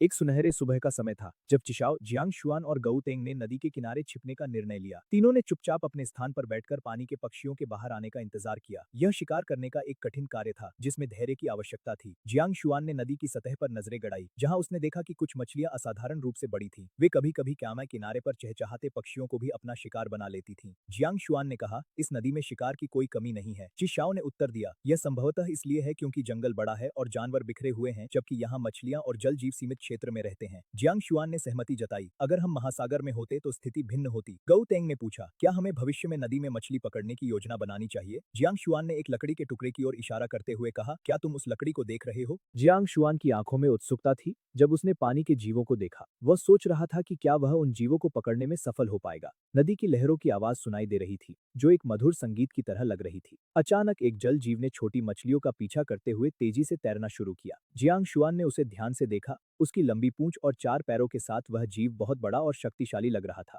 उसने कहा, यह जीव तो बहुत बड़ा है, जैसे एक ऊदबिलाव। चिशाओ ने मुस्कुराते हुए कहा, यहाँ की मछलियां और जल जीव सच में अद्भुत हैं। गाओ तेंग ने पूछा, क्या हमें इन जीवों को पकड़ने के लिए जाल लगाना चाहिए? जियांग शुआन ने कहा, हमें पहले मजबूत नावें बनानी होंगी, क्योंकि नदी में प्रवेश करना खतरनाक है। यह सुनकर गाओ तेंग ने अपनी जिज्ञासा व्यक्त की, नाव क्या होती है? गाओ तेंग की आंखों में सवालों की चमक थी जब उसने जियांग शुआन से नाव के बारे में पूछा। चिशाओ ने जियांग शुआन की ओर देखा, जैसे वह भी उस रहस्यमय कहानी का हिस्सा बनना चाहता था जो जियांग ने पहले सुनाई थी।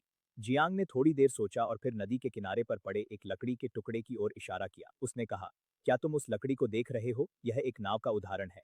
गौ तेंग ने ध्यान से देखा और कहा, मैं समझ गया। जियांग ने आगे कहा, अगर हम इसे ठीक से तैयार करें तो यह हमें नदी में सुरक्षित रूप से ले जा सकती है। चिशाओ ने सहमति में सिर हिलाया और कहा, हमें इसे बनाने के लिए एक योजना बनानी होगी। इस बीच नदी की लहरों की आवाज और पक्षियों की चहचहाहट ने वातावरण को और भी जीवंत बना दिया। जियांग शुआन ने अपनी आंखों में एक चमक देखी जब उसने गौ तेंग को नाव के बारे में समझाया। नदी के किनारे पर बैठकर तीनों ने अपने भविष्य की योजनाओं के बारे में चर्चा करना शुरू किया। चिशाओ ने कहा, हमें पहले कुछ मजबूत लकड़ियां इकट्ठा करनी होंगी। गौ तेंग ने उत्साह से कहा, क्या हम इसे जल्दी कर सकते हैं?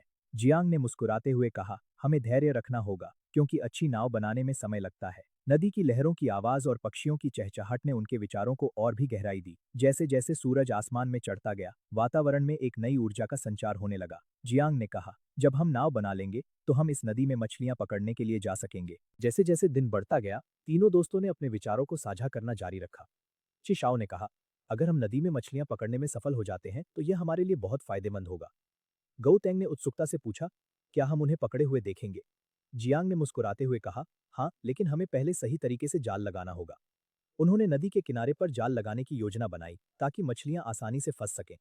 वातावरण में एक हल्की सी ठंडक थी जो उन्हें और भी सतर्क बना रही थी। जैसे जैसे सूरज ढलने लगा, नदी के पानी में सुनहरी रोशनी बिखरने लगी। जियांग ने कहा, हमें जल्दी करनी होगी क्योंकि रात होने से पहले हमें सब कुछ तैयार करना है। जैसे ही वे नदी के किनारे चलते गए, जियांग शुआन ने अपने दोस्तों के साथ भविष्य की योजनाओं पर चर्चा करना शुरू किया। हमारी जनजाति को नावों की आवश्यकता है, उसने कहा, ताकि हम दूर दूर तक यात्रा कर सके और मछली पकड़ सके। गौ तेंग ने उत्सुकता से पूछा, क्या हम जल्द ही नावें बना सकेंगे?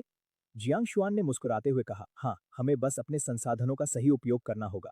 नदी का पानी हल्का हल्का लहराता रहा और पक्षियों की चहचहाट ने वातावरण को जीवंत बना दिया। ची शाओ ने कहा, हमें लकड़ी इकट्ठा करनी चाहिए ताकि हम नाव बना सकें। जियांग शुआन ने सहमति में सिर हिलाया। सही कहा, हमें एक साथ मिलकर यह करना होगा। जैसे जैसे वे आगे बढ़े, उन्होंने महसूस किया कि उनकी मेहनत और एकता उन्हें सफलता की ओर ले जाएगी। नदी के किनारे की ताजगी और मिट्टी की खुशबू ने उन्हें और भी प्रेरित किया।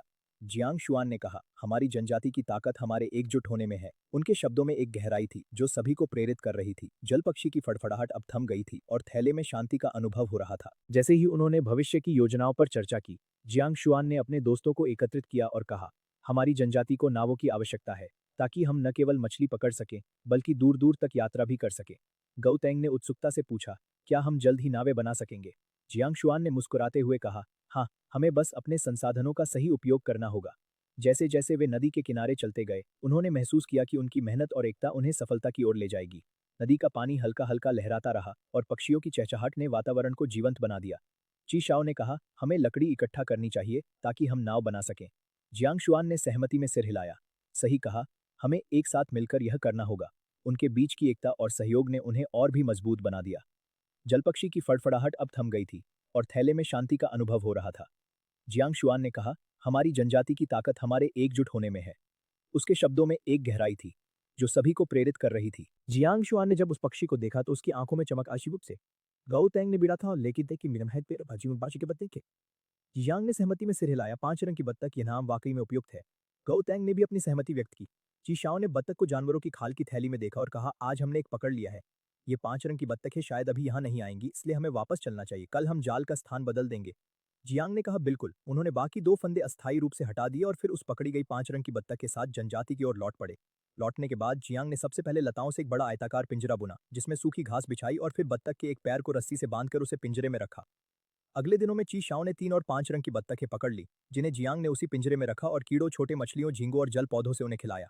अजीब बात यह थी कि जब पिंजरे में केवल एक ही 5 रंग की बत्तख थी तो वह उदास लगती थी, उसका खाने का मन नहीं था और वह सुस्त थी, लगातार जोर से क्वैक क्वैक कर रही थी। लेकिन जब 4-5 रंग की बत्तखें एक साथ होती थीं तो वे भले ही आवाज निकालती थी लेकिन उनमें एक नई ऊर्जा आ जाती थी, उनकी भूख भी बढ़ जाती थी। वास्तव में सामाजिक जानवरों को साथी की आवश्यकता होती है। यह देखकर जियांग को राहत मिली क्योंकि अब उसे उनकी जिंदगी को बनाए रखने की चिंता नहीं थी। अगला कदम था पालतू बनाने की धैर्यपूर्ण प्रक्रिया। चूंकि सभी पकड़ी गई 5 रंग की बत्तखें वयस्क थीं, सीधा पालतू बनाना असंभव था, इसलिए जियांग ने अपनी उम्मीदें उनकी अगली पीढ़ी पर टिका दी। जब तक ये 4-5 रंग की बत्तखें अच्छी तरह से पाली जाएंगी और अंडे देंगी, एक बार चूजों के निकलने पर उन्हें लगातार मानव संपर्क से धीरे धीरे पालतू बनाया जा सकेगा और समय के साथ वे घरेलू पक्षियों में बदल जाएंगी। जियांग शुआन और उसके साथी चिशाओ और गौ तेंग जब जनजाति की ओर लौट रहे थे तो उनके मन में उत्साह और जिज्ञासा का मिश्रण था। वे उस अद्भुत पक्षी के बारे में सोच रहे थे जिसे उन्होंने पकड़ा था। रास्ते में पेड़ों की छाया में हल्की हवा चल रही थी जिससे पत्ते सरसराते हुए एक मधुर संगीत की तरह सुनाई दे रहे थे। जियांग ने कहा, हमने आज जो बत्तख पकड़ी है वह हमारे लिए बहुत महत्वपूर्ण है। चिशाओ ने सहमति में सिर हिलाया। हाँ, यह हमारे लिए एक नई शुरुआत हो सकती है। गौतम ने कहा, अगर हम इसे सही से पालतू बना सकें तो यह हमारे जीवन में बहुत बदलाव ला सकती है। जैसे जैसे वे आगे बढ़े, जियांग ने अपने मन में उस बत्तख के भविष्य की कल्पना की। उसने सोचा कि कैसे वह उसे पालेगा, उसे खिलाएगा और उसके साथ समय बिताएगा। यह सोचते हुए उसके दिल में एक नई उम्मीद जागी। जब वे जनजाति के पास पहुंचे तो जियांग ने तुरंत पिंजरा बनाना शुरू किया। उसने लताओं को एकत्र किया और उन्हें बुनने लगा। उसके हाथों में काम करने की तत्परता थी, जैसे वह किसी महत्वपूर्ण कार्य को अंजाम दे रहा हो। पिंजरे का आकार धीरे धीरे उभरने लगा और जियांग की आंखों में चमक आ गई। उसने सोचा कि यह पिंजरा उस बत्तख के लिए एक सुरक्षित स्थान होगा जहां वह आराम कर सकेगी। उसके मन में यह विचार आया कि कैसे वह उस बत्तख को प्यार और देखभाल के साथ बड़ा करेगा। जियांग ने पिंजरा तैयार करने के बाद बत्तख को उसमें डाल दिया। उसने बत्तख के एक पैर को रस्सी से बांध दिया ताकि वह सुरक्षित रहे। पिंजरे के अंदर सूखी घास की खुशबू फैली हुई थी, जो बत्तख के लिए आरामदायक माहौल बना रही थी। जियांग ने उसे देखा और महसूस किया कि वह बत्तख थोड़ी उदास थी। उसने सोचा, क्या यह अकेला महसूस कर रही है? उसने तुरंत निर्णय लिया कि उसे और बत्तखें पकड़नी होंगी। अगले कुछ दिनों में चीशाओ ने 3 और 5 रंग की बत्तखें पकड़ी। जब जियांग ने उन्हें पिंजरे में डाला तो वातावरण में एक नई ऊर्जा भर गई। 4 बत्तखें एक साथ थी और उनका व्यवहार पूरी तरह से बदल गया। वे अब पहले की तरह उदास नहीं थी, वे खुश थीं, चहचहा रही थीं और एक दूसरे के साथ खेल रही थीं। जियांग ने देखा कि उनका भूख भी बढ़ गई थी। उसने सोचा, सामाजिक जानवरों को साथी की आवश्यकता होती है। यह देखकर उसके मन में संतोष की लहर दौड़ गई। उसने महसूस किया कि अब उसे उनकी देखभाल करने में कोई चिंता नहीं थी। पिंजरे के चारों ओर बत्तखों की आवाजें गूंज रही थीं, जैसे वे एक नई दुनिया में प्रवेश कर रही हों। जियांग ने उन्हें कीड़े, छोटे मछलियां और झींगे दिए और बत्तखों ने खुशी-खुशी उन्हें खा लिया। यह दृश्य जियांग के दिल को खुशी से भर देता था। जियांग शुआन ने दा जियाओ को प्रजनन के महत्व के बारे में समझाते हुए कहा, अगले कुछ दिनों में मैं पहाड़ पर जाकर कुछ बड़े बांस चूहों को पकड़ने जा रहा हूँ। तुम्हें उनके लिए विशेष रूप से एक और गुफा खोदनी होगी। दा जियाओ की आंखों में चमक आ गई। बांस चूहे बहुत अच्छे होते हैं, उनमें बहुत मांस होता है। नेता, चिंता मत करो, मैं गुफा अच्छी तरह से खोद दूंगा। उसकी आवाज में आत्मविश्वास था, जैसे उसने अपने कंधों पर एक बड़ा बोझ उठाया हो। जियांग ने सिर हिलाते हुए कहा, ठीक है, मैं तुम पर भरोसा करता हूँ। दा जियाओ ने अपने मन में ठान लिया कि वह अपनी जिम्मेदारी को बखूबी निभाएगा। जैसे ही जियांग शुआन ने वहां से जाने का इरादा किया, दा जियाओ ने उसे विदाई दी। जियांग ने कहा, मैं चिशाओ और अन्य लोगों को इकट्ठा कर रहा हूँ ताकि हम पहाड़ पर जा सकें। दा जियाओ ने अपने भीतर एक नई ऊर्जा महसूस की, जैसे वह अपने लक्ष्य की ओर बढ़ रहा हो। जियांग शुआन ने दा जियाओ को आश्वस्त करते हुए कहा, जब तुम बड़े बांस चूहों को लाने लगोगे, तब तुम्हें मदद की आवश्यकता हो सकती है। दा जियाओ ने आत्मविश्वास से कहा, नहीं, मुझे अकेले ही संभालने दो। उसकी आवाज में दृढ़ता थी, जैसे वह अपने फैसले में अडिग हो। जियांग ने उसे देखा और मुस्कुराते हुए कहा, ठीक है, लेकिन अगर तुम्हें किसी भी प्रकार की मदद की आवश्यकता हो तो मुझे याद रखना। दा जियाओ ने सिर हिलाया, उसकी आंखों में एक चमक थी जो उसकी इच्छा शक्ति को दर्शा रही थी। जियांग ने उसे एक अंतिम नजर दी और फिर वहां से चल पड़ा। जैसे ही वह चला गया, दा जियाओ ने अपने आसपास के वातावरण को महसूस किया। चारों ओर की ताजगी, हवा में हल्की सी मिट्टी की खुशबू और दूर से आती हुई बत्तखों की आवाजें, सब कुछ उसे प्रेरित कर रहा था। उसने अपने मन में ठान लिया कि वह अपनी जनजाति के लिए कुछ बड़ा करेगा। जियांग शुआन ने अपने दोस्तों चिशाओ और अन्य को इकट्ठा किया। उन्होंने पहाड़ पर जाने की योजना बनाई। जियांग ने कहा, हम बांस चूहों को पकड़ने जा रहे हैं। यह हमारे लिए बहुत महत्वपूर्ण है। चिशाओ ने उत्सुकता से पूछा, क्या हम उन्हें आसानी से पकड़ पाएंगे? जियांग ने आश्वस्त करते हुए कहा, हमें सावधानी से काम करना होगा। ये चूहे चालाक होते हैं। जैसे ही वे पहाड़ की ओर बढ़े, वातावरण में एक रोमांचक ऊर्जा थी। पक्षियों की चहचहाहट और पत्तों की सरसराहट ने उनके कदमों को और भी तेज कर दिया। जियांग ने अपने दोस्तों को निर्देश दिए, ध्यान से चलो, हमें एकजुट रहना होगा। उनकी आंखों में साहस और उत्साह था, जैसे वे किसी महान कार्य के लिए निकल रहे हों। पहाड़ की चोटी पर पहुंचते ही उन्होंने अपने लक्ष्य को पाने के लिए पूरी ताकत लगा दी। जियांग शुआन ने अपने दोस्तों के साथ मिलकर बांस चूहों को पकड़ने की योजना बनाई। उन्होंने एक रणनीति बनाई जिसमें सभी को अपनी अपनी भूमिकाएं निभानी थी। जैसे ही वे पहाड़ की चोटी पर पहुंचे, उन्होंने चारों ओर देखा। वहां का दृश्य अद्भुत था। सूरज की किरणें पहाड़ों पर बिखर रही थीं और हवा में एक हल्की ठंडक थी। जियांग ने कहा, अब हमें ध्यान से काम करना होगा। उन्होंने अपने दोस्तों को इशारा किया कि वे चुप रहें। जैसे ही उन्होंने बांस चूहों को देखा, उनके दिलों की धड़कन तेज हो गई। यह एक महत्वपूर्ण क्षण था जो उनकी मेहनत और समर्पण का फल देने वाला था। जियांग ने धीरे धीरे कदम बढ़ाया और जैसे ही उसने चूहों को पकड़ने की कोशिश की, उसके दोस्तों ने भी उसे सहयोग दिया। यह एक सामूहिक प्रयास था जिसमें सभी ने मिलकर अपने लक्ष्य को पाने की कोशिश की। बॉस के घर में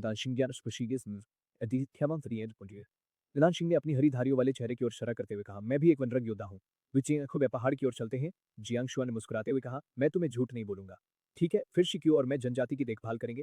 नानशिंग को सांत्वना देने के बाद जियांग शुआ ने गौतेंग से कहा, हालांकि मच्छर जनजाति के लोग हाल ही में नहीं आए हैं, तुम्हें लापरवाह नहीं होना चाहिए। सावधान रहो और अगर तुम्हें खतरा महसूस हो तो तुरंत पत्थर के पहाड़ की ओर सुरंग से भाग जाना। शिक्यू ने स्थिरता से उत्तर दिया, चिंता मत करो नेता, मैं सावधान रहूंगा। ठीक है, चलो अब पहाड़ की ओर चलते हैं। जियांग शुआन, गौतेंग और चीशाओ ने अपने औजार इकट्ठा किए और बांस के घर से बाहर निकल गए। इस बार वे उत्तरी जंगलों की ओर बढ़े।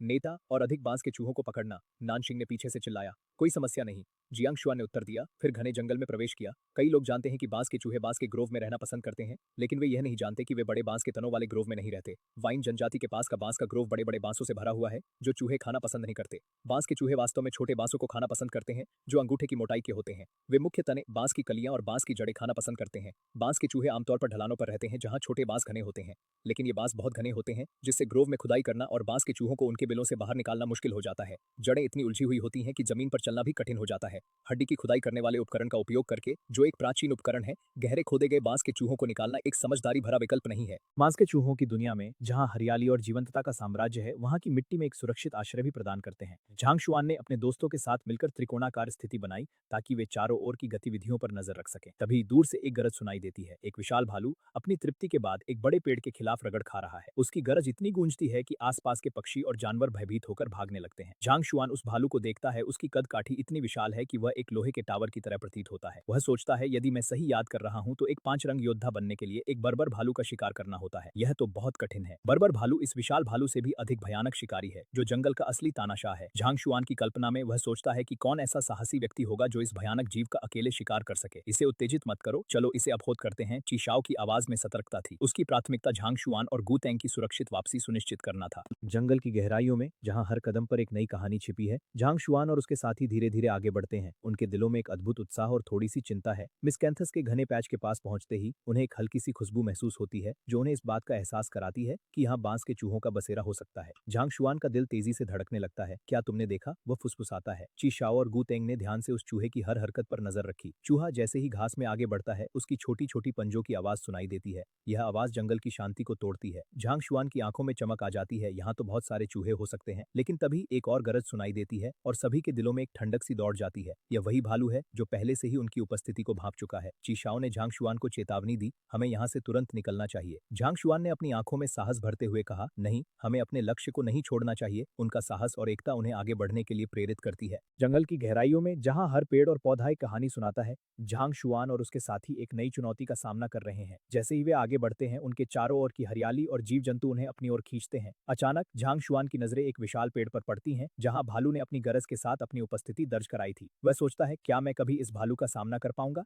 उसके मन में डर और साहस का मिश्रण है। ची शाओ ने उसकी सोच को भांपते हुए कहा, हम यहाँ सिर्फ बांस के चूहों के लिए आए हैं, हमें अपने लक्ष्य पर ध्यान केंद्रित करना चाहिए। गू तेंग ने सहमति में सिर हिलाया, हाँ, हमें सावधानी बरतनी होगी। तभी एक हल्की सी आवाज सुनाई देती है, जैसे कोई पत्ते खिसका रहा हो। सभी ने ध्यान से सुना और झांग शुआन ने देखा कि एक और चूहा बाहर आ रहा है। उसकी आंखों में चतुराई और सतर्कता है। झांग शुआन ने धीरे धीरे अपनी पकड़ मजबूत की। यह हमारा मौका है, उसने कहा। ची शाओ और गू तेंग ने एक दूसरे की ओर देखा और फिर झांग शुआन की ओर देखा। जैसे ही चूहा घास में आगे बढ़ता है, झांग शुआन ने उसे पकड़ने के लिए कदम बढ़ाया, लेकिन तभी एक और गरज सुनाई देती है और सभी का ध्यान भालू की ओर चला जाता है। झांग शुआन का दिल तेजी से धड़कने लगता है। हमें जल्दी करना होगा, उसने कहा। जंगल की गहराइयों में जहां हर पेड़ और पौधा एक कहानी सुनाता है, झांग शुआन और उसके साथी एक नई चुनौती का सामना कर रहे हैं। जैसे ही वे आगे बढ़ते हैं, उनके चारों ओर की हरियाली और जीव जंतु उन्हें अपनी ओर खींचते हैं। अचानक झांग शुआन की नजरें एक विशाल पेड़ पर पड़ती हैं, जहां भालू ने अपनी गरज के साथ अपनी उपस्थिति दर्ज कराई थी। वह सोचता है, क्या मैं कभी इस भालू का सामना कर पाऊंगा? उसके मन में डर और साहस का मिश्रण है। जी शाओ ने उसकी सोच को भांपते हुए कहा, हम यहाँ सिर्फ बांस के चूहों के लिए आए हैं, हमें अपने लक्ष्य पर ध्यान केंद्रित करना चाहिए। गू तेंग ने सहमति में सिर हिलाया, हाँ, हमें सावधानी बरतनी होगी। तभी एक हल्की सी आवाज सुनाई देती है, जैसे कोई पत्ते खिसका रहा हो। सभी ने ध्यान से सुना और झांग शुआन ने देखा कि एक और चूहा बाहर आ रहा है। उसकी आंखों में चतुराई और सतर्कता है। झांग शुआन ने धीरे धीरे अपनी पकड़ मजबूत की। यह हमारा मौका है, उसने कहा। ची शाओ और गू तेंग ने एक दूसरे की ओर देखा और फिर झांग शुआन की ओर देखा। जैसे ही चूहा घास में आगे बढ़ता है, झांग शुआन ने उसे पकड़ने के लिए कदम बढ़ाया, लेकिन तभी एक और गरज सुनाई देती है और सभी का ध्यान भालू की ओर चला जाता है। झांग शुआन का दिल तेजी से धड़कने लगता है। हमें जल्दी करना होगा, उसने कहा। चिशाओ ने आगे कहा, अगर आप एक बड़े हरे मिंट के पौधे के एक छोटे से क्षेत्र को देखते हैं जो अभी मुरझाने लगा है, तो वहां संभवतः एक बांस चूहा होगा। उसकी आवाज में ज्ञान और अनुभव की गहराई थी। जियांग शुआन और गौ तेंग ने ध्यान से सुना। उनकी आंखों में जिज्ञासा और उत्साह झलक रहा था। लेकिन उन पौधों की तलाश करें जिनकी पत्तियां हाल ही में मुरझाई हैं। अगर पत्तियां पूरी तरह से सूखी और पीली हैं, तो भले ही वहां एक बांस चूहा हो, वह शायद पहले ही अपना घोंसला बदल चुका होगा। दोनों ने सिर हिलाया। उनकी आंखों में चमक थी, जैसे उन्होंने एक महत्वपूर्ण रहस्य खोज लिया हो। यह प्रकार का शिकार अनुभव अनमोल है और बिना मार्गदर्शन के इसे समझना चुनौतीपूर्ण होगा। दीदी, देखो उस क्षेत्र को, यह बिल्कुल वैसा ही लगता है जैसा आपने बताया था। जियांग शुआन ने अपनी तेज नजरों से एक अलग मिंट का क्षेत्र खोज निकाला। हालांकि वे मिंट के पौधे अभी भी हरे थे, उनकी पत्तियां मुड़ी हुई थीं, जो स्पष्ट रूप से मुरझाने के संकेत दे रही थीं। चिशाओ की आंखें चमक उठी और उसने कहा, हाँ, वहां बांस चूहा होना चाहिए। चलो देखते हैं। उनके चेहरे पर उत्साह और साहस का मिश्रण था। उन्होंने उस छोटे से मिंट के क्षेत्र का स्थान याद रखा, पेड़ से नीचे उतरे और उस दिशा में बढ़ने लगे। जंगल की हवा में एक हल्की सी ठंडक थी, जो उनके चेहरे पर एक ताजगी का एहसास करा रही थी। पत्तियों की सरसराहट और दूर से आती चिड़ियों की चहचहाट ने वातावरण को जीवंत बना दिया था। जैसे जैसे वे आगे बढ़ते गए, चिशाओ ने अपने साथियों को सावधानी बरतने के लिए कहा। ध्यान से चलो, हर कदम सोच समझ कर रखना। उनका दिल तेजी से धड़क रहा था, न केवल रोमांच के कारण बल्कि जंगल की अनिश्चितता के कारण भी। हर पेड़, हर झाड़ी में एक रहस्य छिपा था और उन्हें यह सुनिश्चित करना था कि वे सुरक्षित रहें। जैसे ही वे उस क्षेत्र के करीब पहुंचे, चीशाओ ने अपने कदम धीमे कर दिए और अपने साथियों को इशारा किया कि वे भी सावधान रहें। वह जानता था कि बांस चूहों की उपस्थिति का पता लगाना एक कला है और उन्हें अपनी सभी इंद्रियों का उपयोग करना होगा। हवा में एक हल्की सी गंध थी, जो मिंट के पौधों की ताजगी और मिट्टी की गहराई को मिलाकर एक अद्भुत सुगंध पैदा कर रही थी। जियांग शुआन ने धीरे से कहा, क्या आप सुन रहे हैं? सभी ने ध्यान से सुना और दूर से एक हल्की सी सरसराहट सुनाई दी। यह एक संकेत था कि वे सही दिशा में बढ़ रहे थे। जी शाओ ने मुस्कुराते हुए कहा, यहाँ कुछ है, हमें और करीब जाना होगा। उनका दिल तेजी से धड़क रहा था और उत्साह ने उन्हें और भी प्रेरित किया। चिशाओ ने धीरे धीरे आगे बढ़ते हुए अपने साथियों को इशारा किया कि वे उसके पीछे रहें। जैसे जैसे वे उस छोटे से मिंट के क्षेत्र के करीब पहुंचे, उन्होंने देखा कि वहां की पत्तियां और भी अधिक मुरझाई हुई थीं। यह स्पष्ट था कि यहाँ बांस चूहा था। चिशाओ ने अपनी आंखों में चमक के साथ कहा, यहाँ हमें बहुत सावधानी से काम करना होगा। जियांग शुआन और गौ तेंग ने उसकी बात को ध्यान से सुना और अपनी आंखें उस क्षेत्र पर केंद्रित की। जंगल की गहराई में हर आवाज, हर हलचल ने उन्हें और भी सतर्क बना दिया। यह एक रोमांचक क्षण था, जहां प्रकृति की सुंदरता और खतरनाक रहस्य एक साथ मिल रहे थे। उन्होंने एक दूसरे की ओर देखा और एक अदृश्य बंधन ने उन्हें एक साथ जोड़ा। 1 घंटे बाद जियांग शुआन और उसके साथी घने मिस्कैंथस घास के बीच से गुजरते हुए उस स्थान पर पहुंचे जहां उन्होंने पेड़ से देखा था जो अलियांग शुआन और गाओ टेंग ने झुककर आसपास की मिस्कैंथस घास में खुदाई जारी रखी। सौभाग्य से ऊंची मिस्कैंथस घास के नीचे कई खाली स्थान थे, अन्यथा वहां से गुजरना बहुत कठिन होता। जियांग शुआन ज्यादा दूर नहीं चला था कि अचानक उसे एक छोटी सी पगडंडी दिखाई दी, जो लगभग 15 सेंटीमीटर चौड़ी थी, बहुत चिकनी और जमीन पर कोई काई या कंकड़ नहीं था, जो स्पष्ट रूप से किसी जंगली जानवर द्वारा नियमित रूप से उपयोग की गई थी। क्या यह बांस के चूहों द्वारा बनाई गई पगडंडी हो सकती है? जियांग शुआन ने उस छोटी पगडंडी का अनुसरण किया और आगे बढ़ता गया। जैसे जैसे वह आगे बढ़ा, उसे और अधिक खुदे हुए गड्ढे मिले और चबाई गई कॉम्पलों के निशान भी बढ़ने लगे। यह देखकर जियांग शुआन बहुत उत्साहित हुआ। उसे लगा जैसे वह बांस के चूहों के बिल के करीब पहुंच रहा है। लगभग 5 या 6 मीटर रेंगने के बाद जियांग शुआन ने अचानक जमीन पर एक बड़ी ढेर मिट्टी देखी, लेकिन कहीं कोई गड्ढा नहीं था। इस मिट्टी की ऊपरी परत काफी ताजा और अभी भी नम थी, जबकि निचली परत पुरानी थी और सूख चुकी थी। इस बड़े मिट्टी के ढेर के बगल में बांस के चूहों की गतिविधियों के निशान और भी स्पष्ट थे। कई मिस्कैंथस घास गिर गई थी और उनकी जड़ें खाई गई थी। दीदी, जल्दी यहाँ आओ, जियांग शुआन ने पुकारा और चिशाओ और गाओ टेंग ने मिस्कैंथस घास को हटाते हुए जियांग शुआन के पास क्रॉल किया। जैसे ही चिशाओ और गाओ टेंग जियांग शुआन के पास पहुंचे, उनकी आंखों में जिज्ञासा और उत्साह की चमक थी। उन्होंने मिट्टी के ढेर को ध्यान से देखा, जहां बांस के चूहों की गतिविधियों के स्पष्ट संकेत थे। हवा में मिट्टी की गंध थी, जो उनकी खोज को और भी रोमांचक बना रही थी। जिशाओ ने ध्यान से मिट्टी को छुआ। उसकी ताजगी ने उसे आश्वस्त किया कि वे सही दिशा में हैं। देखो, ये निशान तो बहुत हाल के हैं, उसने कहा। उसकी आवाज में एक उत्साह था। गाओ टेंग ने भी मिट्टी की ओर झुककर देखा। क्या तुम सोचते हो कि हम उन्हें जल्द ही देख पाएंगे? जियांग शुआन ने मुस्कुराते हुए कहा, हमें बस धैर्य रखना होगा। उन्होंने फिर से पगडंडी का अनुसरण करना शुरू किया, जहां मिट्टी के गड्ढे और चबाई गई कॉम्पलें लगातार बढ़ती जा रही थी। जैसे जैसे वे आगे बढ़ते गए, घास की सरसराहट और दूर से आती हुई पक्षियों की चहचहाट ने वातावरण को जीवंत बना दिया। जियांग शुआन ने महसूस किया कि उनका दिल तेजी से धड़क रहा है, जैसे जैसे वे बांस के चूहों के बिल के करीब पहुंच रहे थे। अचानक उन्होंने एक हल्की सी खड़खड़ाहट सुनी, जो उन्हें और भी सतर्क कर गई। क्या तुमने सुना? चिशाओ ने धीरे से कहा। सभी ने चुप्पी साध ली और केवल उनकी सांसों की आवाज सुनाई दे रही थी। जैसे ही बांस का चूहा धीरे धीरे आगे बढ़ा, जियांग शुआन ने अपने हाथों को और भी धीरे धीरे बढ़ाया। उसकी आंखों में एक चमक थी, जैसे वह किसी अद्भुत चीज को देखने के लिए तैयार हो। चिशाओ और गाओ टेंग ने भी अपनी सांसें रोक ली, जैसे वे उस क्षण को जी रहे थे। बांस का चूहा अचानक रुक गया। उसकी छोटी आंखें चारों ओर देख रही थी, जैसे उसे किसी खतरे का आभास हो रहा हो। जियांग शुआन ने अपनी सांसें धीरे धीरे ली और उसके दिल की धड़कन तेज हो गई। वह जानता था कि यह एक सुनहरा अवसर था। अगर वह इसे पकड़ लेता है तो यह उनकी खोज का सबसे बड़ा सफल होगा। लेकिन उसे यह भी समझ में आ रहा था कि उसे बहुत सावधानी से आगे बढ़ना होगा। वह बांस का चूहा फिर से आगे बढ़ा और जियांग शुआन ने उसके पीछे पीछे चलना शुरू किया। जैसे जैसे वह उसके करीब पहुंचता गया, घास की सरसराहट और उसके छोटे पंजों की आवाज ने वातावरण को और भी रोमांचक बना दिया। अचानक बांस का चूहा एक झाड़ी के पीछे चला गया और जियांग शुआन ने अपनी गति को बढ़ा दिया। उसने अपनी आंखें उस झाड़ी पर केंद्रित की जहां वह चूहा छिपा था। जियांग शुआन ने बड़ी मिट्टी के ढेर की ओर इशारा करते हुए कहा, दीदी, क्या आपको लगता है कि यह बांस चूहों द्वारा खोदा गया है? लेकिन मुझे जमीन पर कोई छिद्र नहीं दिख रहा। चिशाओ ने पास के मिस्कैंथस घास पर अपने पैरों से कदम रखा ताकि चलने के लिए जगह साफ कर सके। उसने मिट्टी के ढेर से एक हाल ही में मुरझाई हुई मिस्कैंथस की टहनी निकाली और उसे ध्यान से देखा। यह मिस्कैंथस जमीन पर अभी भी उगता हुआ प्रतीत हो रहा था, लेकिन इसकी जड़ें पूरी तरह से चुराई जा चुकी थी, जिससे इसे निकालना आसान हो गया था। चीशाओ ने फिर मिट्टी के ढेर में से अन्य मिस्कैंथस निकाले और पाया कि उनकी जड़ें भी लंबे समय से चुराई गई थीं। सही कहा, यह यहाँ है। बांस चूहों के होने की खबर सुनकर गाओतेंग उत्सुकता से जमीन की खोज करने लगा, उम्मीद करते हुए कि वह उनके बिल का प्रवेश द्वार ढूंढ लेगा। दुर्भाग्यवश लंबे समय तक खोजने के बाद भी उसे कुछ नहीं मिला और वह उलझन में बोला, यहाँ मिट्टी का ढेर है तो मैं बांस चूहों के छिद्र क्यों नहीं देख पा रहा। चीशाओ ने कहा, बांस चूहे बहुत चालाक होते हैं। दिन के समय अपने छिद्रों में प्रवेश करने के बाद वे खुद मिट्टी खोदकर उन्हें ढक देते हैं ताकि शिकारी जानवर उन्हें ना खोद सकें। चीशाओ ने कहा, देखो, मुझे बस इस सारी मिट्टी को साफ करना है ताकि मैं असली बांस चूहों के छिद्रों को ढूंढ सकूं। उसने सभी जड़ रहित मिस्कैंथस को निकाल दिया और फिर जल्दी से हड्डी के हल से मिट्टी के पूरे ढेर को खोदना शुरू कर दिया, इसे एक तरफ साफ करते हुए। जैसे ही असली जमीन प्रकट हुई, बांस चूहों का घोंसला सामने आया। ची शाओ ने अपेक्षाकृत ढीली मिट्टी को खोदा और फिर हड्डी के हल से गहराई में खोदना शुरू किया, 20 या 30 सेंटीमीटर गहराई तक। अचानक एक अंडाकार छिद्र का मुंह तीनों के सामने प्रकट हुआ। इस छिद्र के अंदर कई मिस्कैंथस की तने थे, जिन्हें चीशाओ ने पूरी तरह से निकाल लिया। कुछ अभी भी रस बहा रहे थे, यह दर्शाते हुए कि बांस चूहे अभी हाल ही में उन्हें कुतर रहे थे। चीशाओ ने हड्डी के हल से खोदना जारी रखा और आधे मीटर खोदने के बाद उसने पहले ही मिट्टी का एक बड़ा ढेर साफ कर लिया था।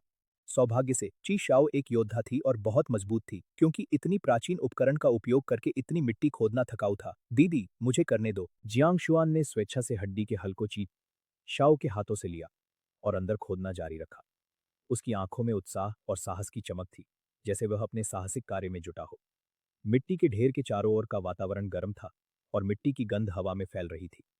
जियांग शुआन ने हल को मजबूती से पकड़ा और उसे गहराई में धकेलते हुए, जैसे जैसे वह खोदता गया, उसके मन में बांस चूहों की खोज की उत्सुकता बढ़ती गई।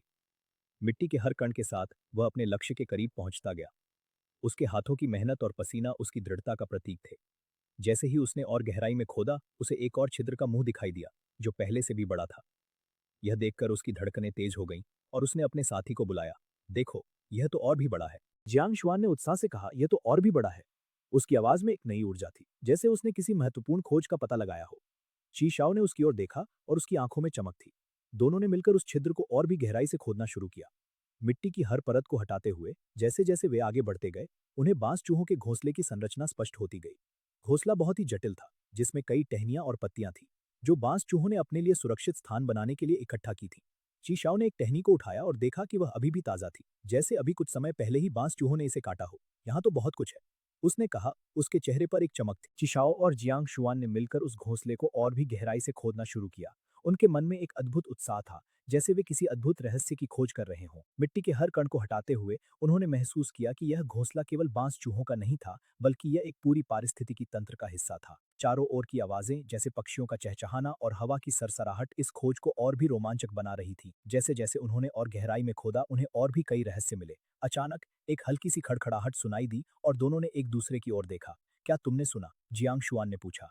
चिशाओ ने सिर हिलाया। हाँ, यह कुछ और है। एक अनपेक्षित मोड़ पर जब जियांग शुआन ने खुदाई शुरू की थी तो अचानक मिट्टी का गड्ढा दो शाखाओं में विभाजित हो गया। यह जियांग शुआन चकित रह गया। उसे लगा कि उसे केवल नीचे खुदाई करनी है ताकि वह बांस के चूहों को खोज सके, लेकिन किसी ने नहीं सोचा था कि बांस के चूहों ने दो सुरंगें खोदी हैं। अब उन्हें किस दिशा में खुदाई करनी चाहिए? शिक्षाओं ने दोनों सुरंगों की स्थिति का अवलोकन किया और फिर पहले बाईं ओर की सुरंग को हड्डी के हल से खोदने का निर्णय लिया। जल्द ही उसे वहां एक भंडार मिला, जिसमें बड़ी संख्या में मिस्कैंथस की जड़ें और लगभग 1 इंच लंबे अंकुर थे। थोड़ी और खुदाई करने पर चिशाओ ने अंततः नरम घास की पत्तियों से बुना हुआ एक घोंसला पाया, जो स्पष्ट रूप से बांस के चूहों का सोने का स्थान था। सुरंग यहीं समाप्त हो गई। स्पष्ट था कि बांस के चूहे गहरी सुरंगों में छिपे हुए थे। चिशाओ ने लगभग 2 मीटर लंबी एक मिस्कैंथस की तने को उठाया और उसे अनदेखी सुरंग में डालकर जांच की। पाया कि यह काफी गहरी थी। चिशाओ ने निराशा से कहा, खुदाई जारी रखो। सौभाग्य से यहाँ की मिट्टी काफी मोटी है और इसमें ज्यादा पत्थर नहीं है, अन्यथा हम अंत तक खुदाई करते रहेंगे और केवल यह पाएंगे कि बांस के चूहों की सुरंगें एक बड़े पत्थर के नीचे छिपी हुई हैं और उन्हें निकालना असंभव होगा। चिशाओ ने गुतेंग को निर्देश दिया, तुम सामने मिस्कैंथस को सावधानी से साफ करो और जमीन पर ध्यान दो। यदि बांस के चूहों की सुरंगें ऊपर की ओर जाती हैं, तो वे भागने के लिए जमीन को फाड़ सकते हैं। गुतेंग ने तुरंत सुरंग के विस्तार की दिशा में मिस्कैंथस को जोरदार तरीके से साफ करना शुरू किया। फिर वहां खड़ा होकर उसने ध्यान से भूमिगत हलचलें सुनी, ताकि बांस के चूहों को भागने का कोई मौका न मिले। जियांग शुआन और चिशाओ ने बारी बारी से खुदाई की और जैसे जैसे वे गहराई में जाते गए, अंततः सुरंगों से आवाजें आने लगी। गरगल गरगल, सुरंग के अंदर मिट्टी के लुढ़कने की आवाज थी और बांस के चूहों की खुदाई की आवाजें सुनाई दे रही थी। चिशाओ ने ध्यान से सुना और कहा, जल्दी नीचे पहुंचो, बांस के चूहे भागने की कोशिश कोशिश कर रहे हैं। इस सुनकर जियांग शुआन ने तेजी से खुदाई करना शुरू कर दिया। वह एक रंग योद्धा था और उसने कई विप ट्री फलों का सेवन किया था। उसकी ताकत काफी बढ़ गई थी, इसलिए भले ही वह हड्डी के हल का उपयोग कर रहा था, उसने तेजी से मिट्टी खोदी। रुको! अचानक ची शाओ ने जियांग शुआन को रुकने का आदेश दिया। उसकी आंखें सुरंग पर टिकी हुई थीं। जब ची शाओ ने उस बड़े बांस चूहे को पकड़ा तो उसकी आंखों में एक चमक थी। ये बांस चूहा जियांग शुआन द्वारा देखे गए बांस चूहों से कहीं बड़ा था। इसका वजन लगभग 20 से 30 पाउंड था और यह अत्यंत भयंकर था। उसके दो बड़े दांत लगातार उसकी नीचे के दांतों के खिलाफ धमकी भरे तरीके से टकरा रहे थे। ची शाओ ने उसे उल्टा उठाया, लेकिन वह उसके हाथ तक नहीं पहुंच सका। ची शाओ ने उसे जानवर की चमड़े की थैली में डाल दिया और मुस्कुराते हुए कहा, भाग्यशाली पकड़, एक बांस चूहा जो बच्चों के साथ है, इसे पालने के लिए वापस ले जाने के लिए बिल्कुल सही। जियांग शुआन ने मुस्कुराते हुए कहा, दीदी के अनुभव के कारण, वरना अगर हम इस जगह को खोजते भी तो हम उन्हें पकड़ नहीं पाते। ची शाओ ने उत्तर दिया, मैंने यह अनुभव शिकार टीम से सीखा था। उनकी बातचीत में एक गहरी समझ और सहयोग की भावना थी। जैसे ही उन्होंने एक दूसरे की आंखों में देखा, उनके दिलों में एक अद्भुत बंधन का अनुभव हुआ। यह एक ऐसा पल था जब वे न केवल शिकार कर रहे थे, बल्कि एक दूसरे के साथ अपने अनुभवों को साझा कर रहे थे। यह एक नई शुरुआत थी, जहां उन्होंने एक दूसरे के साथ अपने कौशल और ज्ञान को साझा किया। ची शाओ ने जियांग शुआन की ओर देखा और कहा, हम आज काफी समय से बाहर हैं, चलो घर चलते हैं। उनके चेहरे पर थकान के साथ साथ संतोष का भाव था। जैसे ही वे लौटने के लिए तैयार हुए, उनके दिलों में एक अद्भुत खुशी थी। तीनों ने एक दूसरे का हाथ पकड़ा और सुरंग के पास से बाहर निकलते हुए एक नई यात्रा की शुरुआत की। सूरज की रोशनी धीरे धीरे उनके चारों ओर फैलने लगी, जैसे कि प्रकृति उन्हें अपने आलिंगन में ले रही हो। हवा में ताजगी और मिट्टी की खुशबू थी, जो उन्हें घर की याद दिला रही थी। जैसे जैसे वे आगे बढ़े, ची शाओ ने अपने अनुभवों को साझा करते हुए कहा, यह शिकार केवल बांस चूहों का नहीं था, बल्कि हमारे लिए एक नई शुरुआत थी। जियांग शुआन ने सहमति में सिर हिलाया, उसकी आंखों में चमक थी। उन्होंने महसूस किया कि यह अनुभव केवल एक शिकार नहीं था, बल्कि एक बंधन का निर्माण था। तीनों ने एक दूसरे के साथ हंसते हुए अपने घर की ओर बढ़ते हुए एक नई कहानी की शुरुआत की। जैसे ही दाजियो ने बांस चूहों को अपने हाथों में लिया, उसकी आंखों में एक नई जिम्मेदारी का भाव था। उसने बांस चूहों को ध्यान से देखा, उनकी छोटी छोटी आंखें और नाजुक शरीर उसे एक नई चुनौती का एहसास दिला रहे थे। दाजियो ने सोचा कि ये छोटे जीव कितने प्यारे हैं और उन्हें सही देखभाल की आवश्यकता है। दाजियो ने सिर हिलाया, उसकी आंखों में दृढ़ संकल्प था। उसने सोचा कि अगर वह इन बांस चूहों को सही तरीके से पालेगा तो यह उसकी जनजाति के लिए एक महत्वपूर्ण संसाधन बन सकता है। उसने अपने मन में यह तय किया कि वह उन्हें हर संभव तरीके से सुरक्षित रखेगा। दाजियो ने अपने आसपास के वातावरण को देखा, बांस के पेड़ और घास की जड़ें जो इन छोटे जीवों के लिए भोजन का स्रोत बन सकती थी। उसने तुरंत योजना बनाई कि कैसे वह उन्हें खिलाएगा। छोटे बांस की टहनियां और ताजी काई, उसने सोचा ये उनके लिए सबसे अच्छे होंगे। ताजियो ने अपने औजार उठाए और गड्ढे की ओर बढ़ा, जहां उसने पहले से ही कुछ पौधे उगाए थे। उसकी आंखों में एक चमक थी, जैसे वह किसी नई खोज पर निकल रहा हो। उसने अपने हाथों से मिट्टी को छुआ, उसकी ठंडक ने उसे प्रेरित किया। वह जानता था कि यह एक लंबा सफर होगा, लेकिन उसने ठान लिया कि वह अपने लक्ष्य को हासिल करेगा। सही दाजियो ने बांस चूहों की देखभाल करना शुरू किया। उसकी मेहनत और समर्पण ने उसे एक नई पहचान दी। वह अब केवल एक सामान्य सदस्य नहीं था, बल्कि जनजाति के लिए एक महत्वपूर्ण व्यक्ति बन गया था। उसने अपने दिल में भैंस चूहों के लिए एक सुरक्षित स्थान तैयार किया, जहां वे आराम कर सकें। उसने ध्यान से घास की जड़ें खोदी और उन्हें ताजी काई और छोटे बांस की टहनियां दी। जैसे ही उसने उन्हें खिलाया, उसने देखा कि वे कितने खुश थे। उनकी आंखों में चमक थी। दाजियो ने महसूस किया कि यह केवल एक प्रजनन प्रक्रिया नहीं थी, बल्कि एक नए जीवन का आरंभ था। उसने अपने दिल में यह ठान लिया कि वह इन बांस चूहों को केवल पालने नहीं, बल्कि उन्हें एक परिवार की तरह प्यार करेगा। वह उन्हें अपने साथ लेकर गया, और जब वह उन्हें खिलाता तो उसे एक अद्भुत संतोष मिलता। उसकी मेहनत रंग ला रही थी, और वह जानता था कि यह सब उसकी जनजाति के भविष्य के लिए है। उसने अपने दोस्तों को भी इस प्रक्रिया में शामिल किया, ताकि वे भी इस अद्भुत अनुभव का हिस्सा बन सकें। सभी ने मिलकर बांस चूहों की देखभाल की और उनकी खुशी को साझा किया। दाजियो ने देखा कि कैसे एक साधारण कार्य ने उन्हें एकजुट कर दिया। यह केवल बांस चूहों का पालन नहीं था, बल्कि एक नई शुरुआत थी, जो उनकी जनजाति के लिए एक नई दिशा दिखा रही थी। जैसे जैसे दिन बीतते गए, दाजियो ने बांस चूहों के साथ अपने संबंध को और मजबूत किया। उसने उन्हें नाम दिए और हर दिन उनके साथ समय बिताने लगा। वह उन्हें अपने हाथों से खिलाता और उनकी हर हरकत पर ध्यान देता। बांस चूहों की नन्ही नन्ही आवाजें उसके दिल को छू जाती और वह उनके लिए एक सच्चे संरक्षक की तरह बन गया। उसने अपने दोस्तों को भी इस प्रक्रिया में शामिल किया, ताकि वे भी इस अद्भुत अनुभव का हिस्सा बन सके। सभी ने मिलकर बांस चूहों की देखभाल की और उनकी खुशी को साझा किया। दाजियाओ ने देखा कि कैसे एक साधारण कार्य ने उन्हें एकजुट कर दिया। यह केवल बांस चूहों का पालन नहीं था, बल्कि एक नई शुरुआत थी, जो उनकी जनजाति के लिए एक नई दिशा दिखा रही थी। जैसे जैसे बांस चूहे बड़े हो रहे थे, दाजियाओ की जिम्मेदारी भी बढ़ती जा रही थी। उसने अपने दोस्तों के साथ मिलकर एक योजना बनाई कि कैसे वे इन बांस चूहों को सुरक्षित रख सकते हैं। उन्होंने एक बांस का बाड़ा बनाया ताकि बांस चूहे सुरक्षित रहें। दाजियाओ ने अपने दोस्तों को बताया, हमें इनकी देखभाल करनी होगी, ये हमारे भविष्य का हिस्सा हैं। जियांग शुआन ने दाजियाओ को बांस चूहों के पालन की बारीकियों के बारे में समझाते हुए कहा, तुम्हें यह ध्यान रखना होगा कि गर्भवती मादा बांस चूहों को अलग रखना बहुत जरूरी है। उसकी आवाज में एक गहरी गंभीरता थी, जो दाजियाओ को सोचने पर मजबूर कर रही थी। दाजियाओ ने ध्यान से सुना, उसकी आंखों में एकाग्रता की चमक थी। जियांग शुआन ने आगे कहा, यदि तुम इन छोटे जीवों की देखभाल सही तरीके से नहीं करोगे तो यह उनके जीवन के लिए खतरा बन सकता है। दाजियाओ ने अपने हाथों को जोड़ते हुए कहा, मैं समझता हूँ नेता, मैं हर एक सलाह को ध्यान में रखूंगा। जियांग शुआन ने उसकी ओर देखा, उसकी आंखों में एक गहरी समझ थी। उन्होंने कहा, तुम्हें यह भी याद रखना चाहिए कि जब बच्चे पैदा पैदा होते हैं तो उन्हें छूना नहीं चाहिए। दा जियाओ ने सिर हिलाया, उसकी आंखों में एक नई जिम्मेदारी का एहसास था। जियांग शुआन ने कहा, अगर तुम सही से पालन करोगे तो भविष्य में हमें और बांस चूहे मिलेंगे। दा जियाओ ने आत्मविश्वास से कहा, मैं अपनी पूरी कोशिश करूंगा। नेता जियांग शुआन ने उसे एक बार फिर प्रोत्साहित किया और दा जियाओ ने अपने मन में ठान लिया कि वह इस कार्य को पूरी मेहनत से करेगा। जियांग शुआन ने दा जियाओ को अपने अनुभवों से प्रेरित करते हुए कहा, तुम्हें हमेशा याद रखना चाहिए कि यह कार्य आसान नहीं है। उसकी आवाज में एक गहरी गंभीरता थी जो दा जियाओ को सोचने पर मजबूर कर रही थी। दा जियाओ ने ध्यान से सुना, उसकी आंखों में एकाग्रता की चमक थी। जियांग शुआन ने कहा, लेकिन अगर तुम मेहनत करोगे तो सफलता तुम्हारे कदम चूमेगी। दा जियाओ ने अपने हाथों को जोड़ते हुए कहा, मैं हर एक सलाह को ध्यान में रखूंगा। जियांग शुआन ने उसकी ओर देखा, उसकी आंखों में एक गहरी समझ थी। उन्होंने कहा, तुम्हें यह भी याद रखना चाहिए कि जब बच्चे पैदा होते हैं तो उन्हें छूना नहीं चाहिए। दा जियाओ ने सिर हिलाया, उसकी आंखों में एक नई जिम्मेदारी का एहसास था। जियांग शुआन ने कहा, अगर तुम सही से पालन करोगे तो भविष्य में हमें और बांस चूहे मिलेंगे। दा जियाओ ने आत्मविश्वास से कहा, मैं अपनी पूरी कोशिश करूंगा। नेता जियांग शुआन ने उसे एक बार फिर प्रोत्साहित किया और दा जियाओ ने अपने मन में ठान लिया कि वह इस कार्य को पूरी मेहनत से करेगा। अगले दिन जियांग शुआन ने 3 लोगों को अपने साथ लिया और पहले नाले के किनारे पर कई बड़े बास्केट मिट्टी खोदने लगे। मिट्टी को मिलाते हुए उन्होंने एक बड़ी मात्रा में पत्थर इकट्ठा किया ताकि गुफा की जमीन और दीवारों को पत्थरों से धीरे धीरे बनाया जा सके। मिट्टी का उपयोग करने का कारण यह था कि मिश्रित मिट्टी सीमेंट के करीब होती है, जब सूखती है तो फटने की संभावना कम होती है, जबकि साधारण मिट्टी सूखने पर फट जाती है। जियांग शुआन ने अपने साथियों के साथ मिलकर मेहनत से काम किया, उनकी आंखों में दृढ़ता और संकल्प की चमक थी। जैसे जैसे वे काम करते गए, गुफा की दीवारें मजबूत और सुरक्षित होती गई। जियांग शुआन ने गुफा के प्रवेश द्वार का 1/3 भी बना दिया, जिसमें प्रवेश के लिए एक दरवाजे की जगह छोड़ी। यह स्थान एक लकड़ी की जाली के दरवाजे के लिए आवश्यक था ताकि सफाई या भोजन डालने में आसानी हो, लेकिन जियांग शुआन जानता था कि जाली का लकड़ी का दरवाजा इतना मजबूत होना चाहिए कि बांस के चूहों द्वारा चबाने पर भी वे भाग न सके।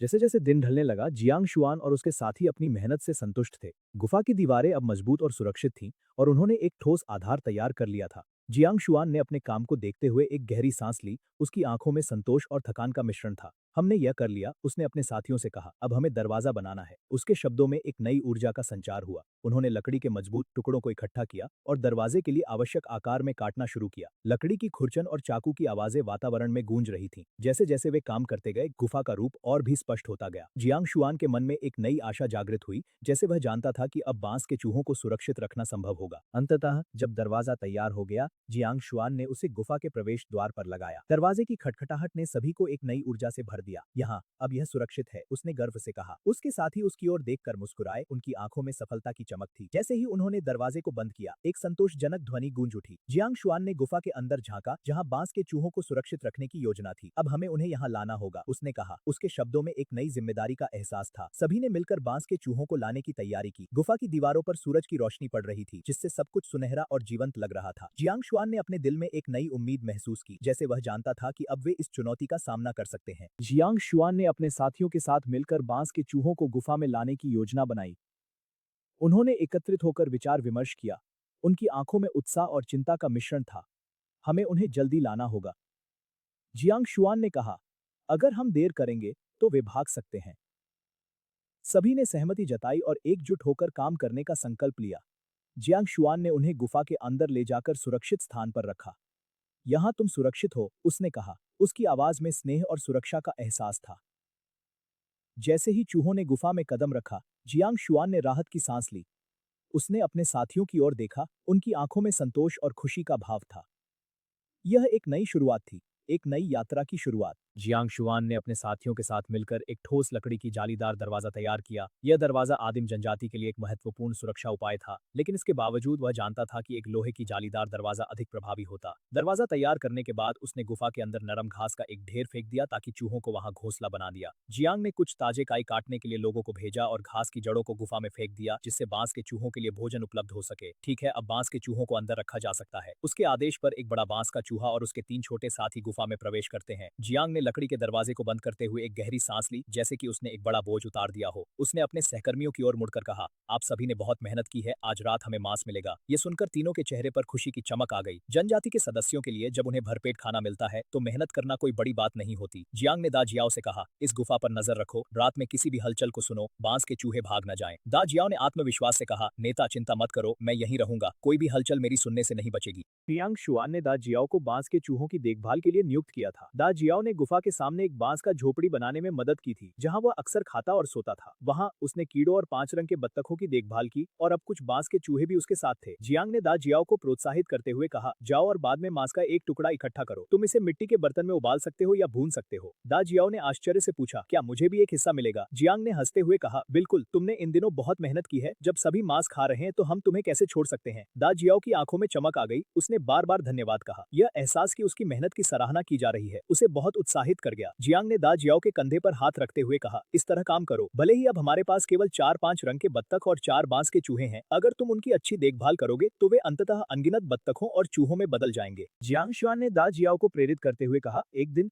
जनजाति के सभी लोग तुम्हारे कारण मांस खा सकेंगे, सभी तुम्हारा धन्यवाद करेंगे। दा जियाओ ने गंभीरता से सिर हिलाया, उसकी आंखों में उत्साह और गर्व की चमक थी। उसने अपने दिल में यह संकल्प लिया कि वह अपनी जिम्मेदारियों को पूरी निष्ठा से निभाएगा। गुफा के अंदर बांस के चूहों की हलचल और बाहर की ताजगी भरी हवा ने उसे और भी प्रेरित किया। जियांग ने दा जियाओ को फिर से प्रोत्साहित किया, तुम्हारी मेहनत का फल जरूर मिलेगा और तुम देखोगे कि कैसे ये बांस के चूहे और बत्तखे बढ़ते हैं। दा जियाओ ने अपने दिल में एक नई उम्मीद महसूस की, जैसे कि उसके सपने सच होने जा रहे हों। उसने अपने साथी जनजातियों की ओर देखा जो मांस के लिए उत्सुक थे। यह एक ऐसा पल था जब सब कुछ संभव लग रहा था और दा जियाओ ने अपनी मेहनत में और भी उत्साह पाया। उसने सोचा, मैं अपनी जनजाति के लिए कुछ कर सकता हूँ, मैं उन्हें खुश कर सकता हूँ। 8 अगस्त का दिन, जब गर्मियों की तपिश अभी भी विद्यमान है, लेकिन रात की ठंडी हवा में एक ताजगी का अजी गंदिस कैडेंस का बैंकन है। जिमियन शुआन जो खेतों में गड्डी की जुताई कर रहा है, मिट्टी व गहराई तक खुदाई करता है और उसके हाथों में कड़ी मेहनत के निशान है। मुखिया, क्या हमें अच्छा उत्पादन मिलेगा? गण सोंग की आंखों में उम्मीद की चमक है। जियांग शुआन ने एक बार जब भरपूर फसल के दृश्य का वर्णन किया था, तब से गण सोंग ने उस शब्द को गहराई से याद रखा है और इसके लिए मेहनत कर रहा है। वास्तव में ये खेत 1 साल से भी कम समय से जोते गए हैं और उनकी उर्वरता सीमित है। ये पौधे पहली बार उगाए जा रहे हैं और कीटों के हमलों का सामना कर चुके हैं, इसलिए उपज निश्चित रूप से अधिक नहीं होगी। लेकिन वाइन जनजाति में किसी ने भी सच्चे उत्पादन का अनुभव नहीं किया है। जियांग शुआन गण सोंग के उत्सुक चेहरे को देखकर उसकी भावना को कम नहीं करना चाहता था, इसलिए उसने एक छोटी सी झूठ बोलने का निर्णय लिया। बिल्कुल,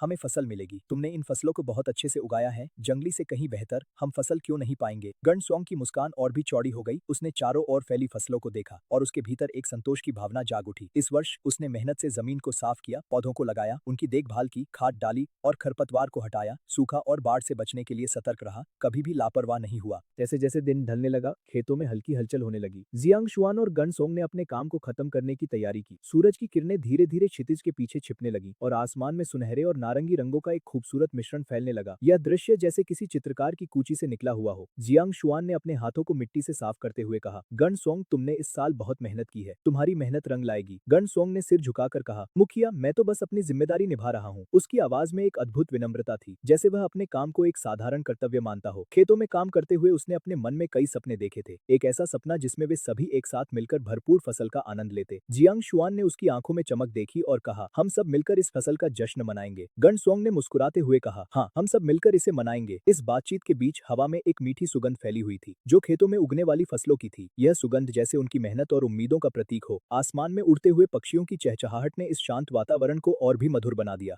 जैसे जैसे अंधेरा गहराने लगा, खेतों में एक हल्की सी शांति छा गई। जियांग शुआन और गण सोंग ने अपने औजारों को एक तरफ रखा और खेतों की ओर एक आखिरी नजर डाली। यह नजारा उनके दिलों में एक गहरी संतोष की भावना भर रहा था। जियांग शुआन ने कहा, यहाँ की मिट्टी में कुछ खास है। गण सोंग ने सहमति में सिर हिलाया, हाँ, यह मिट्टी हमारी मेहनत की गवाही देती है। उन्होंने एक दूसरे की आंखों में देखा, जैसे वे एक गहरे बंधन में बंध गए हों। आसमान में तारे चमकने लगे थे और चांद की रोशनी ने खेतों को एक जादुई रूप दे दिया था। जैसे जैसे रात का अंधेरा बढ़ रहा था, खेतों में हल्की सी ठंडक महसूस होने लगी। जियांग शुआन ने अपनी बाहों को फैलाते हुए कहा, यह ठंडी हवा हमें सर्दियों की याद दिलाती है। गण सोंग ने हंसते हुए कहा, हाँ, लेकिन अभी तो हमें फसल का इंतजार करना है। उनकी हंसी ने रात की खामोशी को तोड़ दिया और जैसे ही उन्होंने खेतों को छोड़ने का निर्णय लिया, उनके दिलों में एक नई उम्मीद का संचार हुआ। यह रात उनकी मेहनत का फल देखने की प्रतीक्षा में थी। रात के अंधेरे में जियांग शुआन और गण सोंग अपने अपने घरों की ओर बढ़ रहे थे। रास्ते में उन्हें खेतों की मीठी सुगंध का एहसास हो रहा था, जो उनकी मेहनत का फल देने की उम्मीद जगा रहा था। जियांग शुआन ने कहा, गण सोंग, तुम जानते हो, यह फसल सिर्फ हमारी मेहनत का परिणाम नहीं है, बल्कि यह हमारी एकता का प्रतीक भी है। गण सोंग ने सहमति में सिर हिलाया, हाँ, जब हम सब मिलकर काम करते हैं तो हम कुछ भी हासिल कर सकते हैं। उनकी बातें जैसे रात की ठंडक में गर्माहट भर रही थी। जैसे जैसे वे अपने घरों के करीब पहुंच रहे थे, आसमान में तारे और भी चमकने लगे। जियांग शुआन ने एक पल के लिए रुककर कहा, देखो कितने सुंदर तारे हैं। गण सोंग ने मुस्कुराते हुए कहा, हाँ, ये तारे हमें हमेशा प्रेरित करते रहेंगे। उन्होंने एक दूसरे को देखा और उनकी आंखों में एक गहरी समझ थी। यह रात उनके लिए केवल एक रात नहीं थी, बल्कि एक नए सवेरे की शुरुआत का संकेत थी। जैसे ही वे अपने अपने घरों के दरवाजे पर पहुंचे, जियांग शुआन ने गण सोंग से कहा, आज की मेहनत ने हमें एक नई दिशा दी है। गण सोंग ने मुस्कुराते हुए कहा, हाँ, और कल का दिन हमारे लिए एक नई शुरुआत होगी। दोनों ने एक दूसरे को गले लगाया, जैसे कि वे एक दूसरे के संघर्षों और सपनों को साझा कर रहे हों। घर के अंदर जियांग शुआन की पत्नी ने उनका स्वागत किया और उन्होंने उसे अपनी मेहनत की कहानी सुनाई। उसकी आंखों में गर्व की चमक थी और उसने कहा, तुम दोनों ने बहुत मेहनत की है। जियांग शुआन ने कहा, हमने केवल अपने कर्तव्यों का पालन किया है। वह रात उनके लिए एक नई उम्मीद लेकर आई थी। जैसे ही वे सोने के लिए तैयार हुए, जियांग शुआन ने कहा, कल हम अपने सपनों को साकार करने के लिए और मेहनत करेंगे।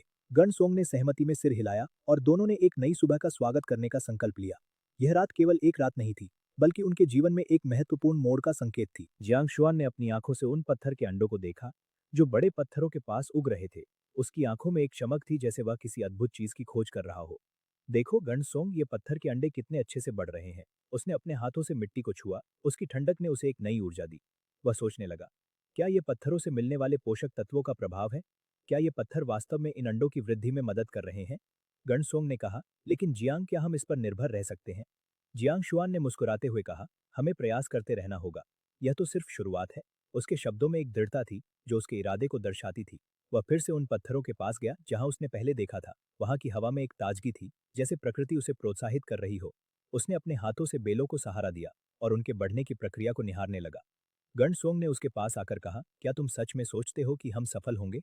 जियांग शुआन ने उसकी आंखों में देखा और कहा, हमें विश्वास रखना होगा। जियांग शुआन ने अपने मन में विचार करते हुए कहा, अगर पत्थर के अंडों की वृद्धि के लिए पत्थरों से पोषक तत्वों का अवशोषण आवश्यक है, तो हमें इस पर ध्यान देना होगा। उसने गणसोंग की ओर देखा, जो अभी भी चिंतित था। तुम्हें पता है गण, यह केवल एक प्रयोग है। हमें हर स्थिति का सामना करना होगा। गणसोंग ने सिर झुकाया, लेकिन मैं चाहता हूं कि सब कुछ सही हो। जियांग शुआन ने कहा, सही होना जरूरी नहीं है, हमें सीखना होगा। उसने फिर से मिट्टी को छुआ, जैसे वह उसके भीतर की गहराइयों को समझने की कोशिश कर रहा हो। हर असफलता हमें कुछ सिखाती है, गणसोंग ने कहा, लेकिन कुछ पौधे तो मर गए हैं। जियांग शुआन ने कहा, हाँ, लेकिन यह भी एक सबक है। हमें समझना होगा कि क्या गलत हुआ। उसने अपने चारों ओर देखा, वहां की शांति ने उसे एक नई सोच दी। हमें और गहराई से सोचना होगा, उसने कहा। गणसोंग ने उसकी बात को ध्यान से सुना। क्या तुम सोचते हो कि हमें पत्थरों के पास और अधिक अंडे लगाने चाहिए? जियांग शुआन ने मुस्कुराते हुए कहा, हाँ, हमें प्रयोग करते रहना चाहिए। उसकी आंखों में एक चमक थी, जैसे वह किसी नए विचार की खोज में हो। उसने अपने हाथों से मिट्टी को फिर से छुआ और सोचा, यदि हम सही दिशा में बढ़ें तो हम सफल हो सकते हैं। जियांग शुआन ने अपने विचारों में खोया हुआ पत्थर के अंडों की वृद्धि के बारे में सोच रहा था। उसके मन में सवाल उठ रहा था, क्या यह केवल मिट्टी का मामला है या कुछ और? उसने फिर से मिट्टी को छुआ, जैसे वह उसके भीतर की गहराइयों को समझने की कोशिश कर रहा हो। हर असफलता हमें कुछ सिखाती है, गणसोंग ने कहा, लेकिन कुछ पौधे तो मर गए हैं। जियांग शुआन ने कहा, हाँ, लेकिन यह भी एक सबक है। हमें समझना होगा कि क्या गलत हुआ। उसने अपने चारों ओर देखा, वहां की शांति ने उसे एक नई सोच दी। हमें और गहराई से सोचना होगा, उसने कहा। गणसोंग ने उसकी बात को ध्यान से सुना। क्या तुम सोचते हो कि हमें पत्थरों के पास और अधिक अंडे लगाने चाहिए? जियांग शुआन ने मुस्कुराते हुए कहा, हाँ, हमें प्रयोग करते रहना चाहिए। उसकी आंखों में एक चमक थी, जैसे वह किसी नए विचार की खोज में हो। उसने अपने हाथों से मिट्टी को फिर से छुआ और सोचा, यदि हम सही दिशा में बढ़ें तो हम सफल हो सकते हैं। जियांग शुआन ने अचानक एक पत्थर के अंडों की बेल को उठाया और देखा कि बेल के हरे वृत्त में बाधे भी बन सकते हैं। यांग शुआन ने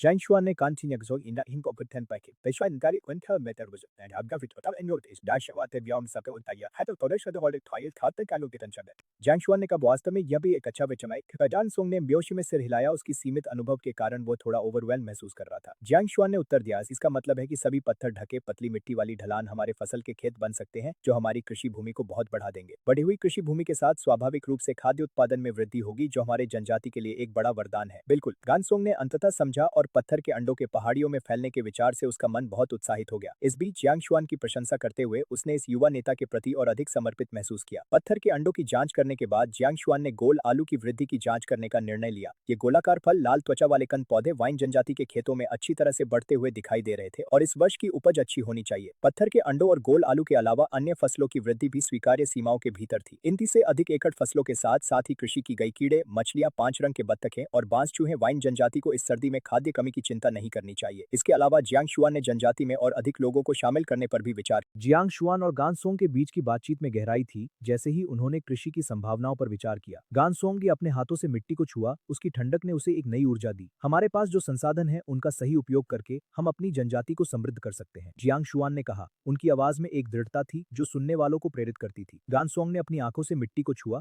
उसकी ठंडक ने उसे एक नई ऊर्जा दी। हमारे पास जो संसाधन है उनका का सही उपयोग करके हम अपनी जनजाति को समृद्ध कर सकते हैं। जियांग शुआन ने कहा। उनकी आवाज में एक दृढ़ता थी जो सुनने वालों को प्रेरित करती थी। गान सोंग ने अपनी आंखें बंद की और कल्पना की कि कैसे उनकी जनजाति एक दिन समृद्ध होगी, कैसे वे पत्थर के अंडों की फसल से भरपूर होंगे। हमारे पास जो भी बाधाएं हैं उन्हें पार करना होगा, उसने कहा। जियांग शुआन ने सहमति में सिर हिलाया। सही कहा, हमें एकजुट होकर काम करना होगा। दोनों ने एक दूसरे की आंखों में देखा और एक नई उम्मीद की किरण उनके दिलों में जाग उठी। जैसे जैसे सूरज ढलने लगा, आसमान में सुनहरे रंगों का जादू बिखरने लगा और उनके विचारों में एक नई दिशा का संकेत मिला। जियांग शुआन और गान सोंग ने अपनी फसलों की प्रगति की जांच करते हुए एक नई योजना बनाने का मन बनाया। जियांग शुआन ने कहा, हमें अपने संसाधनों का सही उपयोग करना होगा। गान सोंग ने सहमति में सिर हिलाया। हमारे पास जो भी है उसका अधिकतम लाभ उठाना होगा। उन्होंने चारों ओर देखा, जहां पत्थर के अंडे और गोल आलू एक साथ उग रहे थे। जियांग शुआन ने कहा, इन फसलों को देखकर मुझे विश्वास है कि हम अपनी जनजाति को समृद्ध कर सकते हैं। गान सोंग ने कहा, हमें और अधिक लोगों को जोड़ने की आवश्यकता है ताकि हम अपनी मेहनत को साझा कर सकें। जियांग शुआन ने कहा, सही कहा,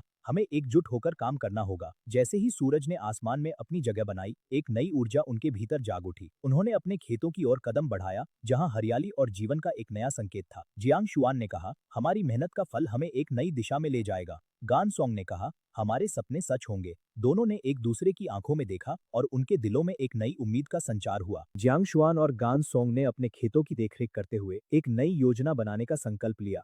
जियांग शुआन ने कहा, हमें अपने संसाधनों का सही उपयोग करना होगा। गान सोंग ने सहमति में सिर हिलाया। हमारे पास जो भी है उसका अधिकतम लाभ उठाना होगा। उन्होंने चारों ओर देखा, जहां पत्थर के अंडे और गोल आलू एक साथ उग रहे थे। जियांग शुआन ने कहा, इन फसलों को देखकर मुझे विश्वास है कि हम अपनी जनजाति को समृद्ध कर सकते हैं। गान सोंग ने कहा, हमें और अधिक लोगों को जोड़ने की आवश्यकता है ताकि हम अपनी मेहनत को साझा कर सके। जियांग शुआन ने कहा, सही कहा, हमें एकजुट होकर काम करना होगा। जैसे ही सूरज ने आसमान में अपनी जगह बनाई, एक नई ऊर्जा उनके भीतर जाग उठी। उन्होंने अपने खेतों की ओर कदम बढ़ाया, जहां हरियाली और जीवन का एक नया संकेत था। जियांग शुआन ने कहा, हमारी मेहनत का फल हमें एक नई दिशा में ले जाएगा। गान सोंग ने कहा, हमारे सपने सच होंगे। दोनों ने एक दूसरे की आंखों में देखा और उनके दिलों में एक नई उम्मीद का संचार हुआ। जैसे ही विशाल गरुड़ ने अपनी विशाल छाया में वाइन जनजाति को ढक लिया, एक अजीब सी खामोशी छा गई। लोग अपने कार्यों को छोड़कर भयभीत होकर बांस के घर की ओर दौड़ने लगे। जियांग शुआन ने अपने साथी जनजातियों की ओर देखा। उनके चेहरे पर भय और आशंका का मिश्रण था। क्या हमें यहाँ से भागना चाहिए? एक युवा जनजाति सदस्य ने कांपती आवाज में पूछा। जियांग शुआन ने उसे सांत्वना देने की कोशिश की। नहीं, हमें धैर्य रखना चाहिए। लेकिन उसके मन में एक अजीब सी बेचैनी थी। गरुड़ ने जमीन पर उतरते ही एक गहरी गर्जना की, जिससे धरती भी थर्रा उठी। बूढ़ा आदमी जो गरुड़ की पीठ पर बैठा था ने अपनी आंखें बंद कर ली और एक गहरी सांस ली, जैसे वह इस क्षण का आनंद ले रहा हो। उसके चेहरे पर एक अद्भुत संतोष था, जो वाइन जनजाति के लोगों की चिंता के विपरीत था। जियांग शुआन ने देखा कि बूढ़ा आदमी ने अपनी आंखें खोली और वाइन जनजाति की ओर देखा। उसकी आंखों में एक रहस्यमय चमक थी। क्या वह हमें देख रहा है? एक और जनजाति सदस्य ने डरते हुए कहा। जियांग शुआन ने गहरी सांस ली और कहा, हमें सावधान रहना होगा। गरुड़ के पंखों की आवाज और बूढ़े आदमी की रहस्यमय उपस्थिति ने वातावरण को और भी तनावपूर्ण बना दिया। जैसे ही गरुड़ ने अपनी विशालता से वाइन जनजाति को घेर लिया,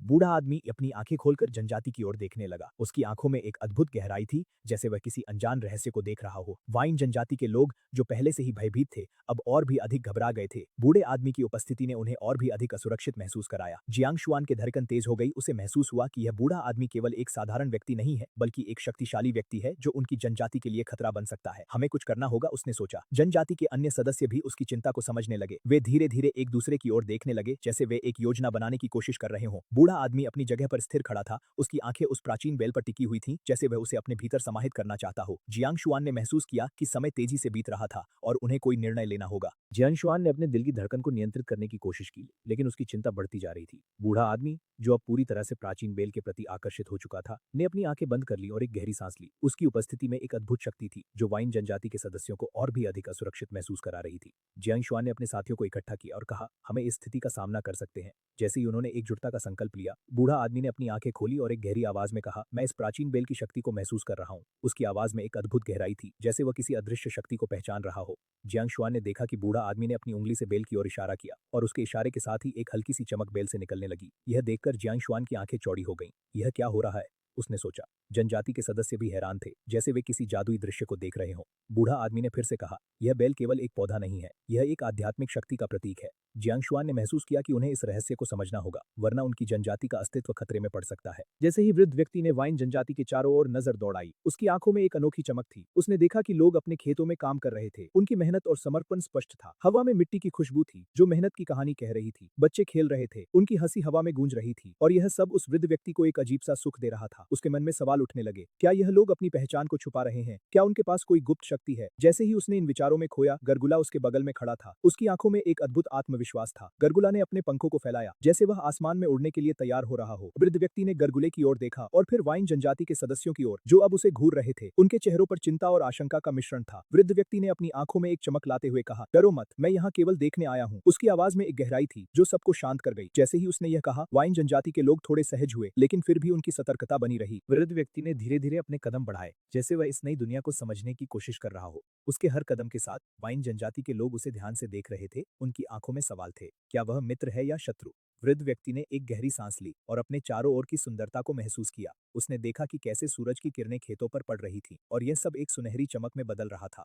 उसने अपने मन में सोचा, यहाँ की शांति अद्भुत है, लेकिन क्या यह हमेशा के लिए बनी रहेगी? तभी गरगुला ने एक जोरदार आवाज में चिल्लाया, जिससे सभी लोग चौंक गए। वृद्ध व्यक्ति ने गरगुले की ओर देखा और उसके चेहरे पर एक हल्की मुस्कान आई। उसने कहा, शांत रहो मेरे मित्र। गरगुला फिर से चुप हो गया, लेकिन उसकी आंखों में एक आग थी। वृद्ध व्यक्ति ने फिर से वाइन जनजाति के सदस्यों की ओर देखा और कहा, मैं यहाँ केवल एक यात्रा पर आया हूँ, मुझे आपकी संस्कृति और जीवन शैली को समझना है। उसके शब्दों में एक गहराई थी जो सभी को आकर्षित कर रही थी। वाइन जनजाति के लोग अब उसके प्रति अधिक खुल गए थे, लेकिन फिर भी उनमें एक सतर्कता बनी रही। जैसे जैसे बातचीत आगे बढ़ी, वृद्ध व्यक्ति ने वाइन जनजाति के सदस्यों के साथ एक गहरा संबंध स्थापित किया। उन्होंने अपनी कहानियों के माध्यम से एक दूसरे के जीवन को समझा। वृद्ध व्यक्ति ने कहा, आपकी मेहनत और समर्पण अद्भुत है और मैं इसे अपने दिल में संजोकर रखूंगा। वाइन जनजाति के लोग उसकी बातों को सुनकर गर्व महसूस कर रहे थे। वृद्ध व्यक्ति ने देखा कि उनके चेहरों पर एक नई चमक आ गई थी। उन्होंने कहा, आपकी संस्कृति में एक गहराई है जो मुझे बहुत प्रभावित कर रही है। जैसे जैसे उन्होंने एक दूसरे के अनुभव साझा किए, एक अनोखा बंधन बनता गया। वृद्ध व्यक्ति ने महसूस किया कि यह जनजाति केवल एक छोटी सी इकाई नहीं है,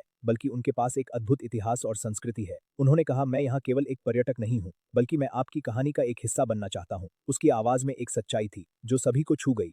वाइन जनजाति के सदस्य अब उसे अपने बीच में एक मित्र के रूप में देख रहे थे। पुराने आदमी ने अपने सिर पर लगे पंखों के मुकुट को ठीक से सीधा किया। अपनी जानवरों की खाल के कपड़े को संभाल सके यह पुराना आदमी भली भांति जानता था। दिव्य बेल ने उसकी बातों को समझने का आभास दिया और उसकी पतली शाखा धीरे धीरे झुक गई। उसके शरीर पर हरी रोशनी धीरे धीरे फीकी पड़ने लगी। पुराना आदमी राहत की सांस लेते हुए बांस के घर में लोगों को बुलाया, बाहर आओ, डरो मत, मैं तुम्हें नुकसान नहीं पहुंचाऊंगा। बांस के घर के अंदर जियांग शुआन ने स्पष्ट रूप से पुराने आदमी की बातें सुनी थी। उसने उन्हें ध्यान से सोचा, फिर दरवाजा खोला। आखिरकार यह बैल जनजाति थी। जब तक पुराना आदमी दिव्य बेल से सावधान था, वो शायद कोई कदम नहीं उठाएगा। इसके अलावा पुराने आदमी के वस्त्रों से यह स्पष्ट था कि उसकी स्थिति असाधारण थी और वह शायद बैल जनजाति की संपत्तियों की परवाह नहीं करेगा। हम बाहर नहीं जा सकते।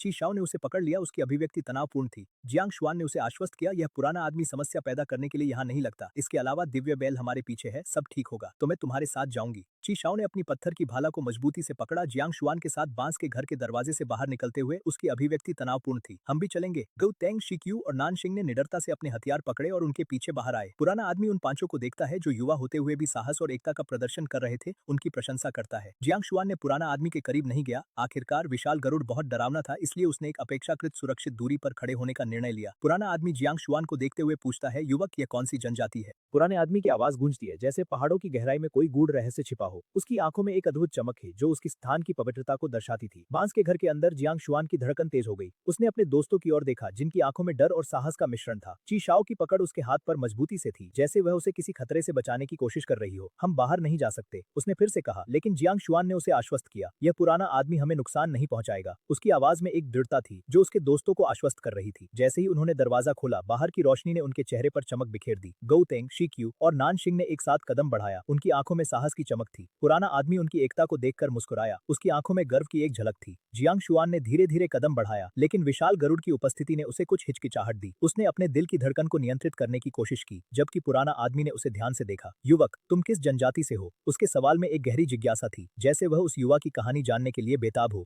एक सुनहरे सूरज की रोशनी में जियांग शुआन ने एक बूढ़े आदमी से कहा, मैं आपके कबीले की जादूगरनी से मिलना चाहता हूँ। बूढ़ा आदमी उसकी बात सुनकर चौंक गया। उसके मन में फिर से संदेह की लहर दौड़ गई। उसने जियांग के पीछे खड़े 4 लोगों की ओर देखा जो उसकी बातों को सुन रहे थे। ची शाओ ने अपनी भौहें थोड़ी सी चिढ़ाते हुए कहा, हमें आपको धोखा देने की कोई जरूरत नहीं है। शुआन वास्तव में वाइन कबीले का नेता है। 3 युवा पुरुषों ने सहमति में सिर हिलाया। उनके चेहरे पर असंतोष था। उन्होंने जियांग शुआन की गहराई से प्रशंसा की थी और किसी को भी उसके नेता होने पर सवाल उठाने की अनुमति नहीं दी। बूढ़े आदमी ने उनकी प्रतिक्रियाओं को देखकर अंततः विश्वास किया कि जियांग शुआन वास्तव में इस छोटे से कबीले का नेता है। इतने कम लोग, एक युवा नेता, फिर भी उनके पास एक शक्तिशाली टोटेम देवता था। कबीले के लोग भूख से कमजोर नहीं थे, उनके कपड़े और सामान अच्छे थे और वे फसल भी उगाते थे। यह छोटा कबीला वास्तव में अद्भुत था। बूढ़े आदमी की जिज्ञासा वाइन कबीले के प्रति बढ़ गई। वह इस छोटे से कबीले के रहस्य को जानने के लिए उत्सुक था। उसने जियांग शुआन से कहा, नेता, क्या मैं आपके कबीले में थोड़ी देर रह सकता हूँ यदि संभव हो? बूढ़े आदमी ने अपनी बात को आगे बढ़ाते हुए कहा, चिंता मत करो, मैं मुफ्त में नहीं रहूंगा। विशाल गरुड़ हर दिन शिकार करेगा और जो भी हम खाएंगे उसके अलावा बाकी का शिकार वाइन कबीले को दिया जा सकता है। उसकी आवाज में एक निश्चितता थी, जैसे वह जानता था कि भोजन कबीले के लोगों के लिए सबसे महत्वपूर्ण चीज है। अधिकांश कबीले अक्सर भूख का सामना करते हैं और मांस विशेष रूप से उनके लिए प्रिय होता है। बूढ़े आदमी ने सोचा कि विशाल गरुड़ के शिकार की पेशकश के साथ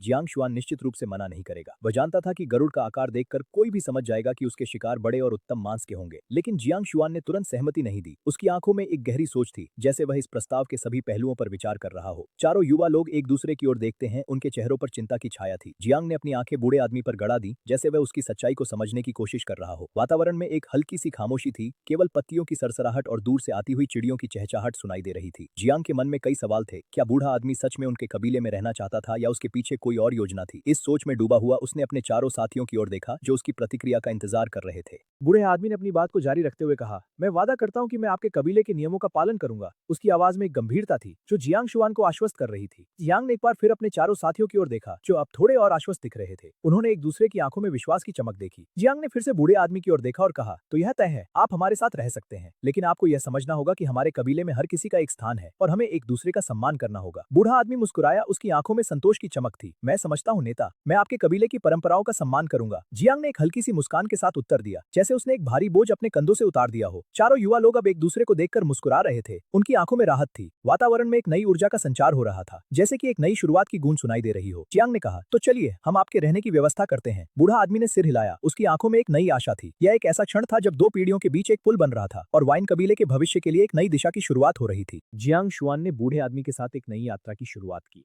जैसे ही वे कबीले की ओर बढ़े, चारों युवा लोग उनके पीछे चल रहे थे। उनकी आंखों में उत्साह और जिज्ञासा थी। बूढ़ा आदमी, जो पहले संदेह में था, अब एक नई आशा के साथ चल रहा था। वाइन कबीले का वातावरण जीवंत था, चारों ओर हंसी और बातचीत की आवाजें गूंज रही थीं। खेतों में फसलें लहलहा रही थीं और लोग अपने काम में व्यस्त थे। जियांग ने बूढ़े आदमी को कबीले के विभिन्न हिस्सों से परिचित कराया, जैसे कि वे एक नई दुनिया में प्रवेश कर रहे हों। यहाँ हम अपने टोटेम देवता की पूजा करते हैं, उसने कहा, जब वे एक खूबसूरत पेड़ के नीचे रुके। बूढ़ा आदमी ने पेड़ की विशालता को देखा, उसकी पत्तियां हवा में लहराती थीं, जैसे वह भी इस नई मित्रता का स्वागत कर रही हो। जियांग ने कहा, हमारे कबीले में हर किसी की एक भूमिका है और हम सभी एक दूसरे का सम्मान करते हैं। बूढ़ा आदमी अब पूरी तरह से आश्वस्त था। उसकी आंखों में एक नई चमक थी। यह एक ऐसा क्षण था जब एक नई मित्रता का जन्म हो रहा था और वाइन कबीले के भविष्य के लिए एक नई दिशा का संकेत मिल रहा था। बूढ़े व्यक्ति की आंखों में एक गहराई थी, जैसे वह अतीत के सागर में डूबा हुआ हो। उसने अपनी कहानी सुनाना शुरू किया और जियांग शुआन ने ध्यान से सुना। पूर्वी वन क्षेत्र में जीवन का एक अलग ही रंग है। वहाँ के लोग प्रकृति के साथ एक गहरा संबंध रखते हैं। हर सुबह सूरज की पहली किरणों के साथ लोग अपने खेतों में निकलते हैं और उनके चेहरे पर एक अद्भुत शांति होती है। वन की मिट्टी में एक खास खुशबू होती है जो जीवन की नई शुरुआत का प्रतीक है। बूढ़े व्यक्ति की आवाज में एक जादुई लय थी जो जियांग शुआन को मंत्रमुग्ध कर रही थी। हमारे वहाँ हर पेड़, हर फूल और हर जीव का अपना एक महत्व है। लोग एक दूसरे के साथ मिलकर काम करते हैं और उनके बीच में एक गहरा बंधन होता है। जियांग शुआन ने महसूस किया कि बूढ़े व्यक्ति की बातें केवल एक कहानी नहीं थी, बल्कि एक जीवन का दर्शन थी। उसने अपने मन में सोचा, क्या उसकी जनजाति भी कभी इस तरह की एकता और प्रेम का अनुभव कर सकेगी? बूढ़े व्यक्ति ने अपनी बात जारी रखी, लेकिन हर जगह की तरह वहाँ भी समस्याएं हैं, बाहरी दुनिया की चुनौतियां और कभी-कभी हमारे अपने लोग भी। जियांग शुआन की आंखों में चिंता की छाया आई। उसने बूढ़े व्यक्ति से पूछा, क्या आप हमें उन समस्याओं के बारे में और बता सकते हैं? बूढ़े व्यक्ति ने एक गहरी सांस ली और उसकी आंखों में एक गंभीरता आ गई। बेटा, यह जीवन की सच्चाई है, हमें हमेशा अपने भीतर की ताकत को पहचानना होगा। पाइन जनजाति के बाहरी इलाके में एक बांस का झोपड़ा के आगान पकड़ भी गर में थी गेब्बिंग as a reckon by the speed at the zebra gene for Scott Alda. The Nisami calls damit visadas, a bliant of the gather bisel of Begud Nivas, but the Jambels and Suliach, Berbanch Bay and the Dwodas Hamila Chai Thumbers at the Zamans Pigit the Zan Cruch.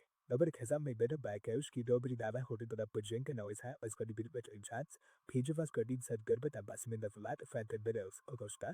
As you place have a Jandat in touch by the Vido Pagashaki Chaikat. धारा के किनारे नानशिंग की बांसुरी की धुनें वातावरण में गूंज रही थी। वह अपनी आंखें बंद करके बांसुरी को अपने होठों से लगाकर पूरी तन्मयता से संगीत में खो गया था। उसके मन में एक अद्भुत छवि थी, जिसमें वह हिरणों के बीच खड़ा था। उसकी बांसुरी की आवाज ने उन्हें आकर्षित किया था, लेकिन वास्तविकता में उसकी आवाज हमेशा कुछ न कुछ गलत होती थी। जैसे ही वह बांसुरी को फिर से बजाने की कोशिश करता, एक हल्की सी निराशा उसके चेहरे पर छा जाती। क्यों नहीं हो रहा, उसने सोचा। उसके मन में एक गहरी इच्छा थी। वह चाहता था कि वह उस अद्भुत क्षण को जी सके जब हिरण उसकी आवाज पर प्रतिक्रिया देंगे। उसकी आंखों में चमक थी, लेकिन उसके दिल में एक खालीपन। अचानक वृद्ध व्यक्ति ने उसकी चुप्पी को तोड़ा। तुम्हारी मेहनत बेकार नहीं जाएगी युवा, हर प्रयास तुम्हें और मजबूत बनाएगा। नानशिंग ने वृद्ध व्यक्ति की ओर देखा। उसकी आंखों में एक नई उम्मीद की किरण थी। क्या आप सच में ऐसा मानते हैं, उसने पूछा। वृद्ध व्यक्ति ने मुस्कुराते हुए कहा, बिल्कुल, हर महान योद्धा ने अपने रास्ते में कठिनाइयों का सामना किया है, तुम्हें बस धैर्य रखना होगा। नानशिंग ने महसूस किया कि शायद यह वृद्ध व्यक्ति उसके लिए एक मार्गदर्शक बन सकता है। उसकी बातों में एक गहराई थी, जैसे वह जीवन के अनुभवों से भरा हुआ हो। नानशिंग ने अपने दिल में एक नई ऊर्जा महसूस की, जैसे उसने अपने सपनों को फिर से जीने की इच्छा की हो।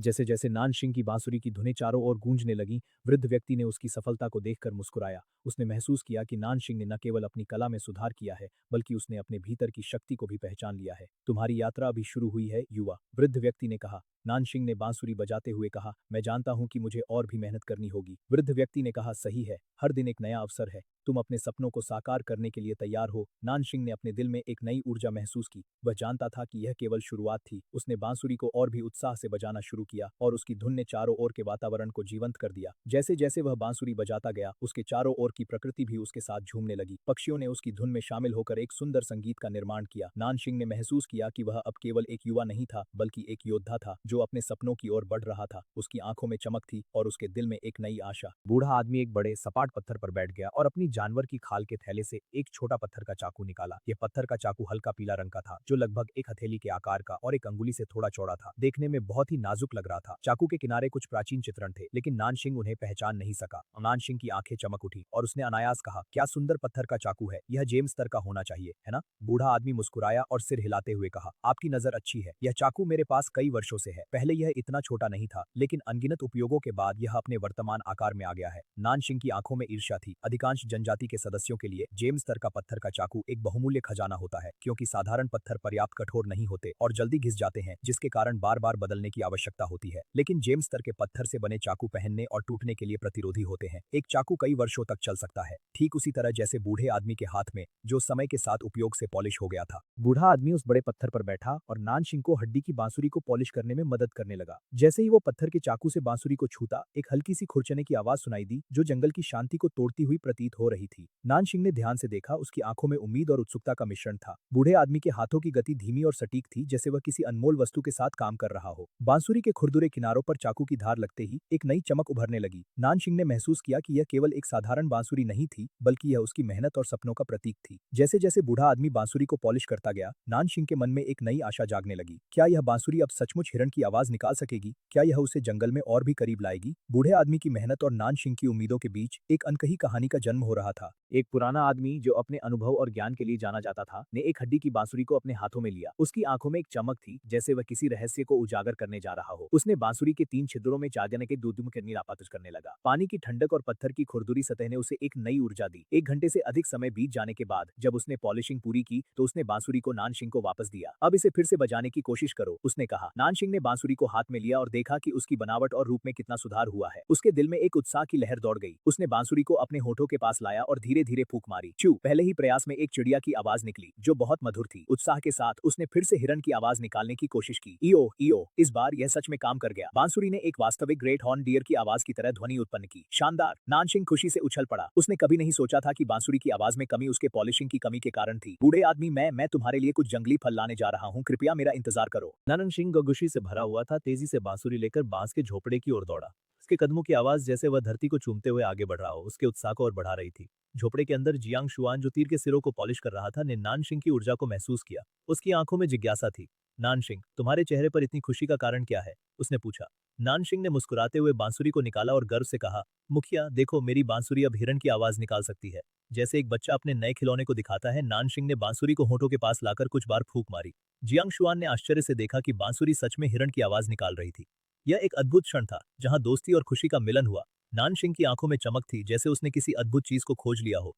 जियांग शुआन ने मुस्कुराते हुए कहा, यह तो सच में अद्भुत है। नानशिंग की खुशी ने पूरे वातावरण को रोशन कर दिया। नानशिंग की खुशी ने उसके दिल को भर दिया था, जैसे वह किसी नए सपने की ओर बढ़ रहा हो। उसने बांसुरी को फिर से होठों के पास लाया और एक बार फिर से फूंक मारी। ईओ इस बार ध्वनि ने उसे और भी अधिक उत्साहित कर दिया। वह सोचने लगा कि कैसे एक साधारण बांसुरी ने उसे इस अद्भुत अनुभव का हिस्सा बना दिया। उसके मन में विचारों की लहरें उठने लगी, जैसे वह एक नई दुनिया में प्रवेश कर रहा हो। झोपड़े के चारों ओर की हवा में ताजगी थी और पेड़ों की पत्तियों की सरसराहट ने जैसे इस खुशी के पल को और भी मधुर बना दिया। नानशिंग ने महसूस किया कि यह सिर्फ एक बांसुरी नहीं, बल्कि उसके जीवन का एक नया अध्याय है। उसने अपने भीतर एक नई ऊर्जा महसूस की, जैसे वह अपनी सीमाओं को पार कर रहा हो। जियांग शुआन ने उसकी आंखों में चमक देखी और कहा, तुम्हारी मेहनत रंग लाई है, नानशिंग। यह सुनकर नानशिंग की मुस्कान और भी चौड़ी हो गई। उसने महसूस किया कि यह पल सिर्फ उसके लिए नहीं, बल्कि उनके लिए भी महत्वपूर्ण था। नानशिंग ने बांसुरी को फिर से अपने होठों से लगाते हुए एक नई धुन निकालने की कोशिश की। उसकी आंखों में एक चमक थी, जैसे वह किसी गहरे रहस्य को खोजने की कोशिश कर रहा हो। उसने फिर से फूंक मारी और इस बार ध्वनि ने उसे और भी अधिक प्रेरित किया। ईओ ईओ, यह आवाज अब उसके लिए एक नई पहचान बन गई थी। जैसे जैसे वह बांसुरी को बजाता गया, उसके मन में विचारों का एक नया संसार खुलता गया। उसने महसूस किया कि यह बांसुरी उसके लिए केवल एक साधारण वस्तु नहीं थी, बल्कि यह उसके सपनों और आकांक्षाओं का प्रतीक बन गई थी। जियांग शुआन ने उसकी आंखों में चमक देखी और कहा, तुम्हारी मेहनत ने तुम्हें यह सफलता दिलाई है। नानशिंग ने महसूस किया कि यह पल केवल उसके लिए नहीं, बल्कि उनके लिए भी महत्वपूर्ण था। उसने अपने दिल में एक नई आशा का संचार किया। नानशिंग ने अपनी बांसुरी को एक बार फिर से होठों से लगाया और एक नई धुन निकालने की कोशिश की। उसकी आंखों में एक चमक थी, जैसे वह किसी गहरे रहस्य को खोजने की कोशिश कर रहा हो। उसने फिर से फूंक मारी और इस बार ध्वनि ने उसे और भी अधिक प्रेरित किया।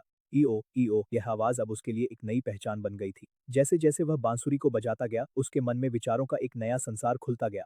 उसने महसूस किया कि यह बांसुरी उसके लिए केवल एक साधारण वस्तु नहीं थी, बल्कि यह उसके सपनों और आकांक्षाओं का प्रतीक बन गई थी। जियांग शुआन ने उसकी आंखों में चमक देखी और कहा, तुम्हारी मेहनत ने तुम्हें यह सफलता दिलाई है। नानशिंग ने महसूस किया कि यह पल केवल उसके लिए नहीं, बल्कि उनके लिए भी महत्वपूर्ण था। उसने अपने दिल में एक नई आशा का संचार किया। एक पुराना आदमी था, जिसके पास एक विशाल गरुड़ था, जिसने मेरी मदद की। उसने मुझे एक चमकदार वस्तु को पॉलिश करने में सहायता की। मैंने उससे वादा किया कि उसे कुछ जंगली फल दूंगा, जो उसके लिए इनाम होंगे। नानशिंग ने जियांग शुआन की ओर विनम्रता से देखा और कहा, मुखिया, क्या मैं उसे कुछ लाल बालों वाले फल दे सकता हूँ? जियांग शुआन ने तुरंत सहमति दी, बिल्कुल, तुम दे सकते हो। यह सुनकर नानशिंग का चेहरा खुशी से खिल उठा। यह फल सिर्फ जंगली फल थे और यह शरद ऋतु का समय था, जब जंगलों में इनकी भरपूर मात्रा थी। जब अहिन क्या खुशांग नानशिंग कशी बांस के झोपड़े के एक कोने में दौड़ा, जहाँ उसने एक बड़ा बेल का टोकरा पाया। उसने सूखी बांस की पत्तियों को हटाया और देखा कि टोकरे के अंदर लाल बालों वाले फल भरे हुए थे। ये फल कीवी के समान दिखते थे, लेकिन उनकी त्वचा पर लाल फजी बाल थे। जब इन्हें छिलकर खाया जाता तो ये मीठे और सुगंधित मांस को प्रकट करते थे। नानशिंग ने एक दर्जन लाल बालों वाले फलों को अपनी पशु खाल की पोशाक में लपेटा और धारा के पास दौड़कर उस बूढ़े आदमी को पेश किए। ये लाल बालों वाले फल हैं, त्वचा को छीलो और तुम इन्हें खा सकते हो, ये बहुत मीठे हैं। बूढ़े आदमी ने इनकार नहीं किया। उसने एक फल को छिलकर चखा और संतोष से सिर हिलाया। यह सच में मीठा है। नानशिंग ने मुस्कुराते हुए कहा, देखा, मैंने कहा था ना। नानशिंग की खुशी का कोई ठिकाना नहीं था। वह अपने दिल में एक नई उम्मीद लेकर आया था। बूढ़े आदमी ने उसे जो फल दिए थे, वे न केवल मीठे थे, बल्कि उनके स्वाद ने उसे एक नई दुनिया का अनुभव कराया। धीरे धीरे वह बूढ़ा आदमी वाइन जनजाति के लोगों की समस्याओं को हल करने में मदद करने लगा। उसकी ज्ञान और कौशल ने जनजाति के लोगों को प्रभावित किया। पहले वे उसे संदेह की नजरों से देखते थे, लेकिन अब उनकी दृष्टि में बदलाव आ रहा था। जियांग शुआन, जो हमेशा सतर्क रहता था, इस बदलाव को देख रहा था। उसे बूढ़े आदमी की गतिविधियों में कुछ रहस्यमयता नजर आ रही थी। वह सोचने लगा कि शायद यह आदमी किसी बड़े जनजाति से आया है, जिसके पास ज्ञान और अनुभव की भरपूर मात्रा है। लेकिन जियांग शुआन ने अपनी सतर्कता को कम नहीं किया। उसने अपने मन में यह तय किया कि इस बूढ़े आदमी की उपस्थिति के लाभ नुकसान से अधिक हैं। फिर भी वह जानता था कि उसे सतर्क रहना चाहिए। जनजाति के लोग धीरे धीरे बूढ़े आदमी को स्वीकार करने लगे थे, लेकिन जियांग शुआन की आंखों में अभी भी संदेह की छाया थी। जियांग शुआन ने एक दिन बूढ़े आदमी को देखा, जो एक पेड़ के नीचे बैठा था। उसके पास कुछ बच्चे खेल रहे थे। बच्चे उसकी कहानियों को सुन रहे थे और उनके चेहरे पर चमक थी। बूढ़े आदमी की आंखों में एक अद्भुत चमक थी, जैसे वह अपने अनुभवों को साझा करने में आनंदित हो रहा हो। जियांग शुआन ने महसूस किया कि यह बूढ़ा आदमी केवल एक साधारण व्यक्ति नहीं है, बल्कि एक ज्ञान का भंडार है। उसके पास जीवन के अनुभव हैं, जो वह जनजाति के बच्चों को सिखा रहा है। जियांग शुआन ने सोचा कि शायद यह आदमी उनकी संस्कृति और परंपराओं को समृद्ध कर सकता है, लेकिन फिर भी उसके मन में एक डर था। क्या यह आदमी वास्तव में उनके लिए सही है? क्या वह उनकी परंपराओं का सम्मान करेगा? जियांग शुआन ने अपने मन में यह तय किया कि उसे इस बूढ़े आदमी की गतिविधियों पर ध्यान रखना होगा। वह अपनी आंखों से उसे देखता रहा, जैसे वह एक रहस्य को सुलझाने की कोशिश कर रहा हो। एक दिन जब जियांग शुआन ने बूढ़े आदमी को देखा, तो वो उसे एक नई समस्या का समाधान करते हुए पाया।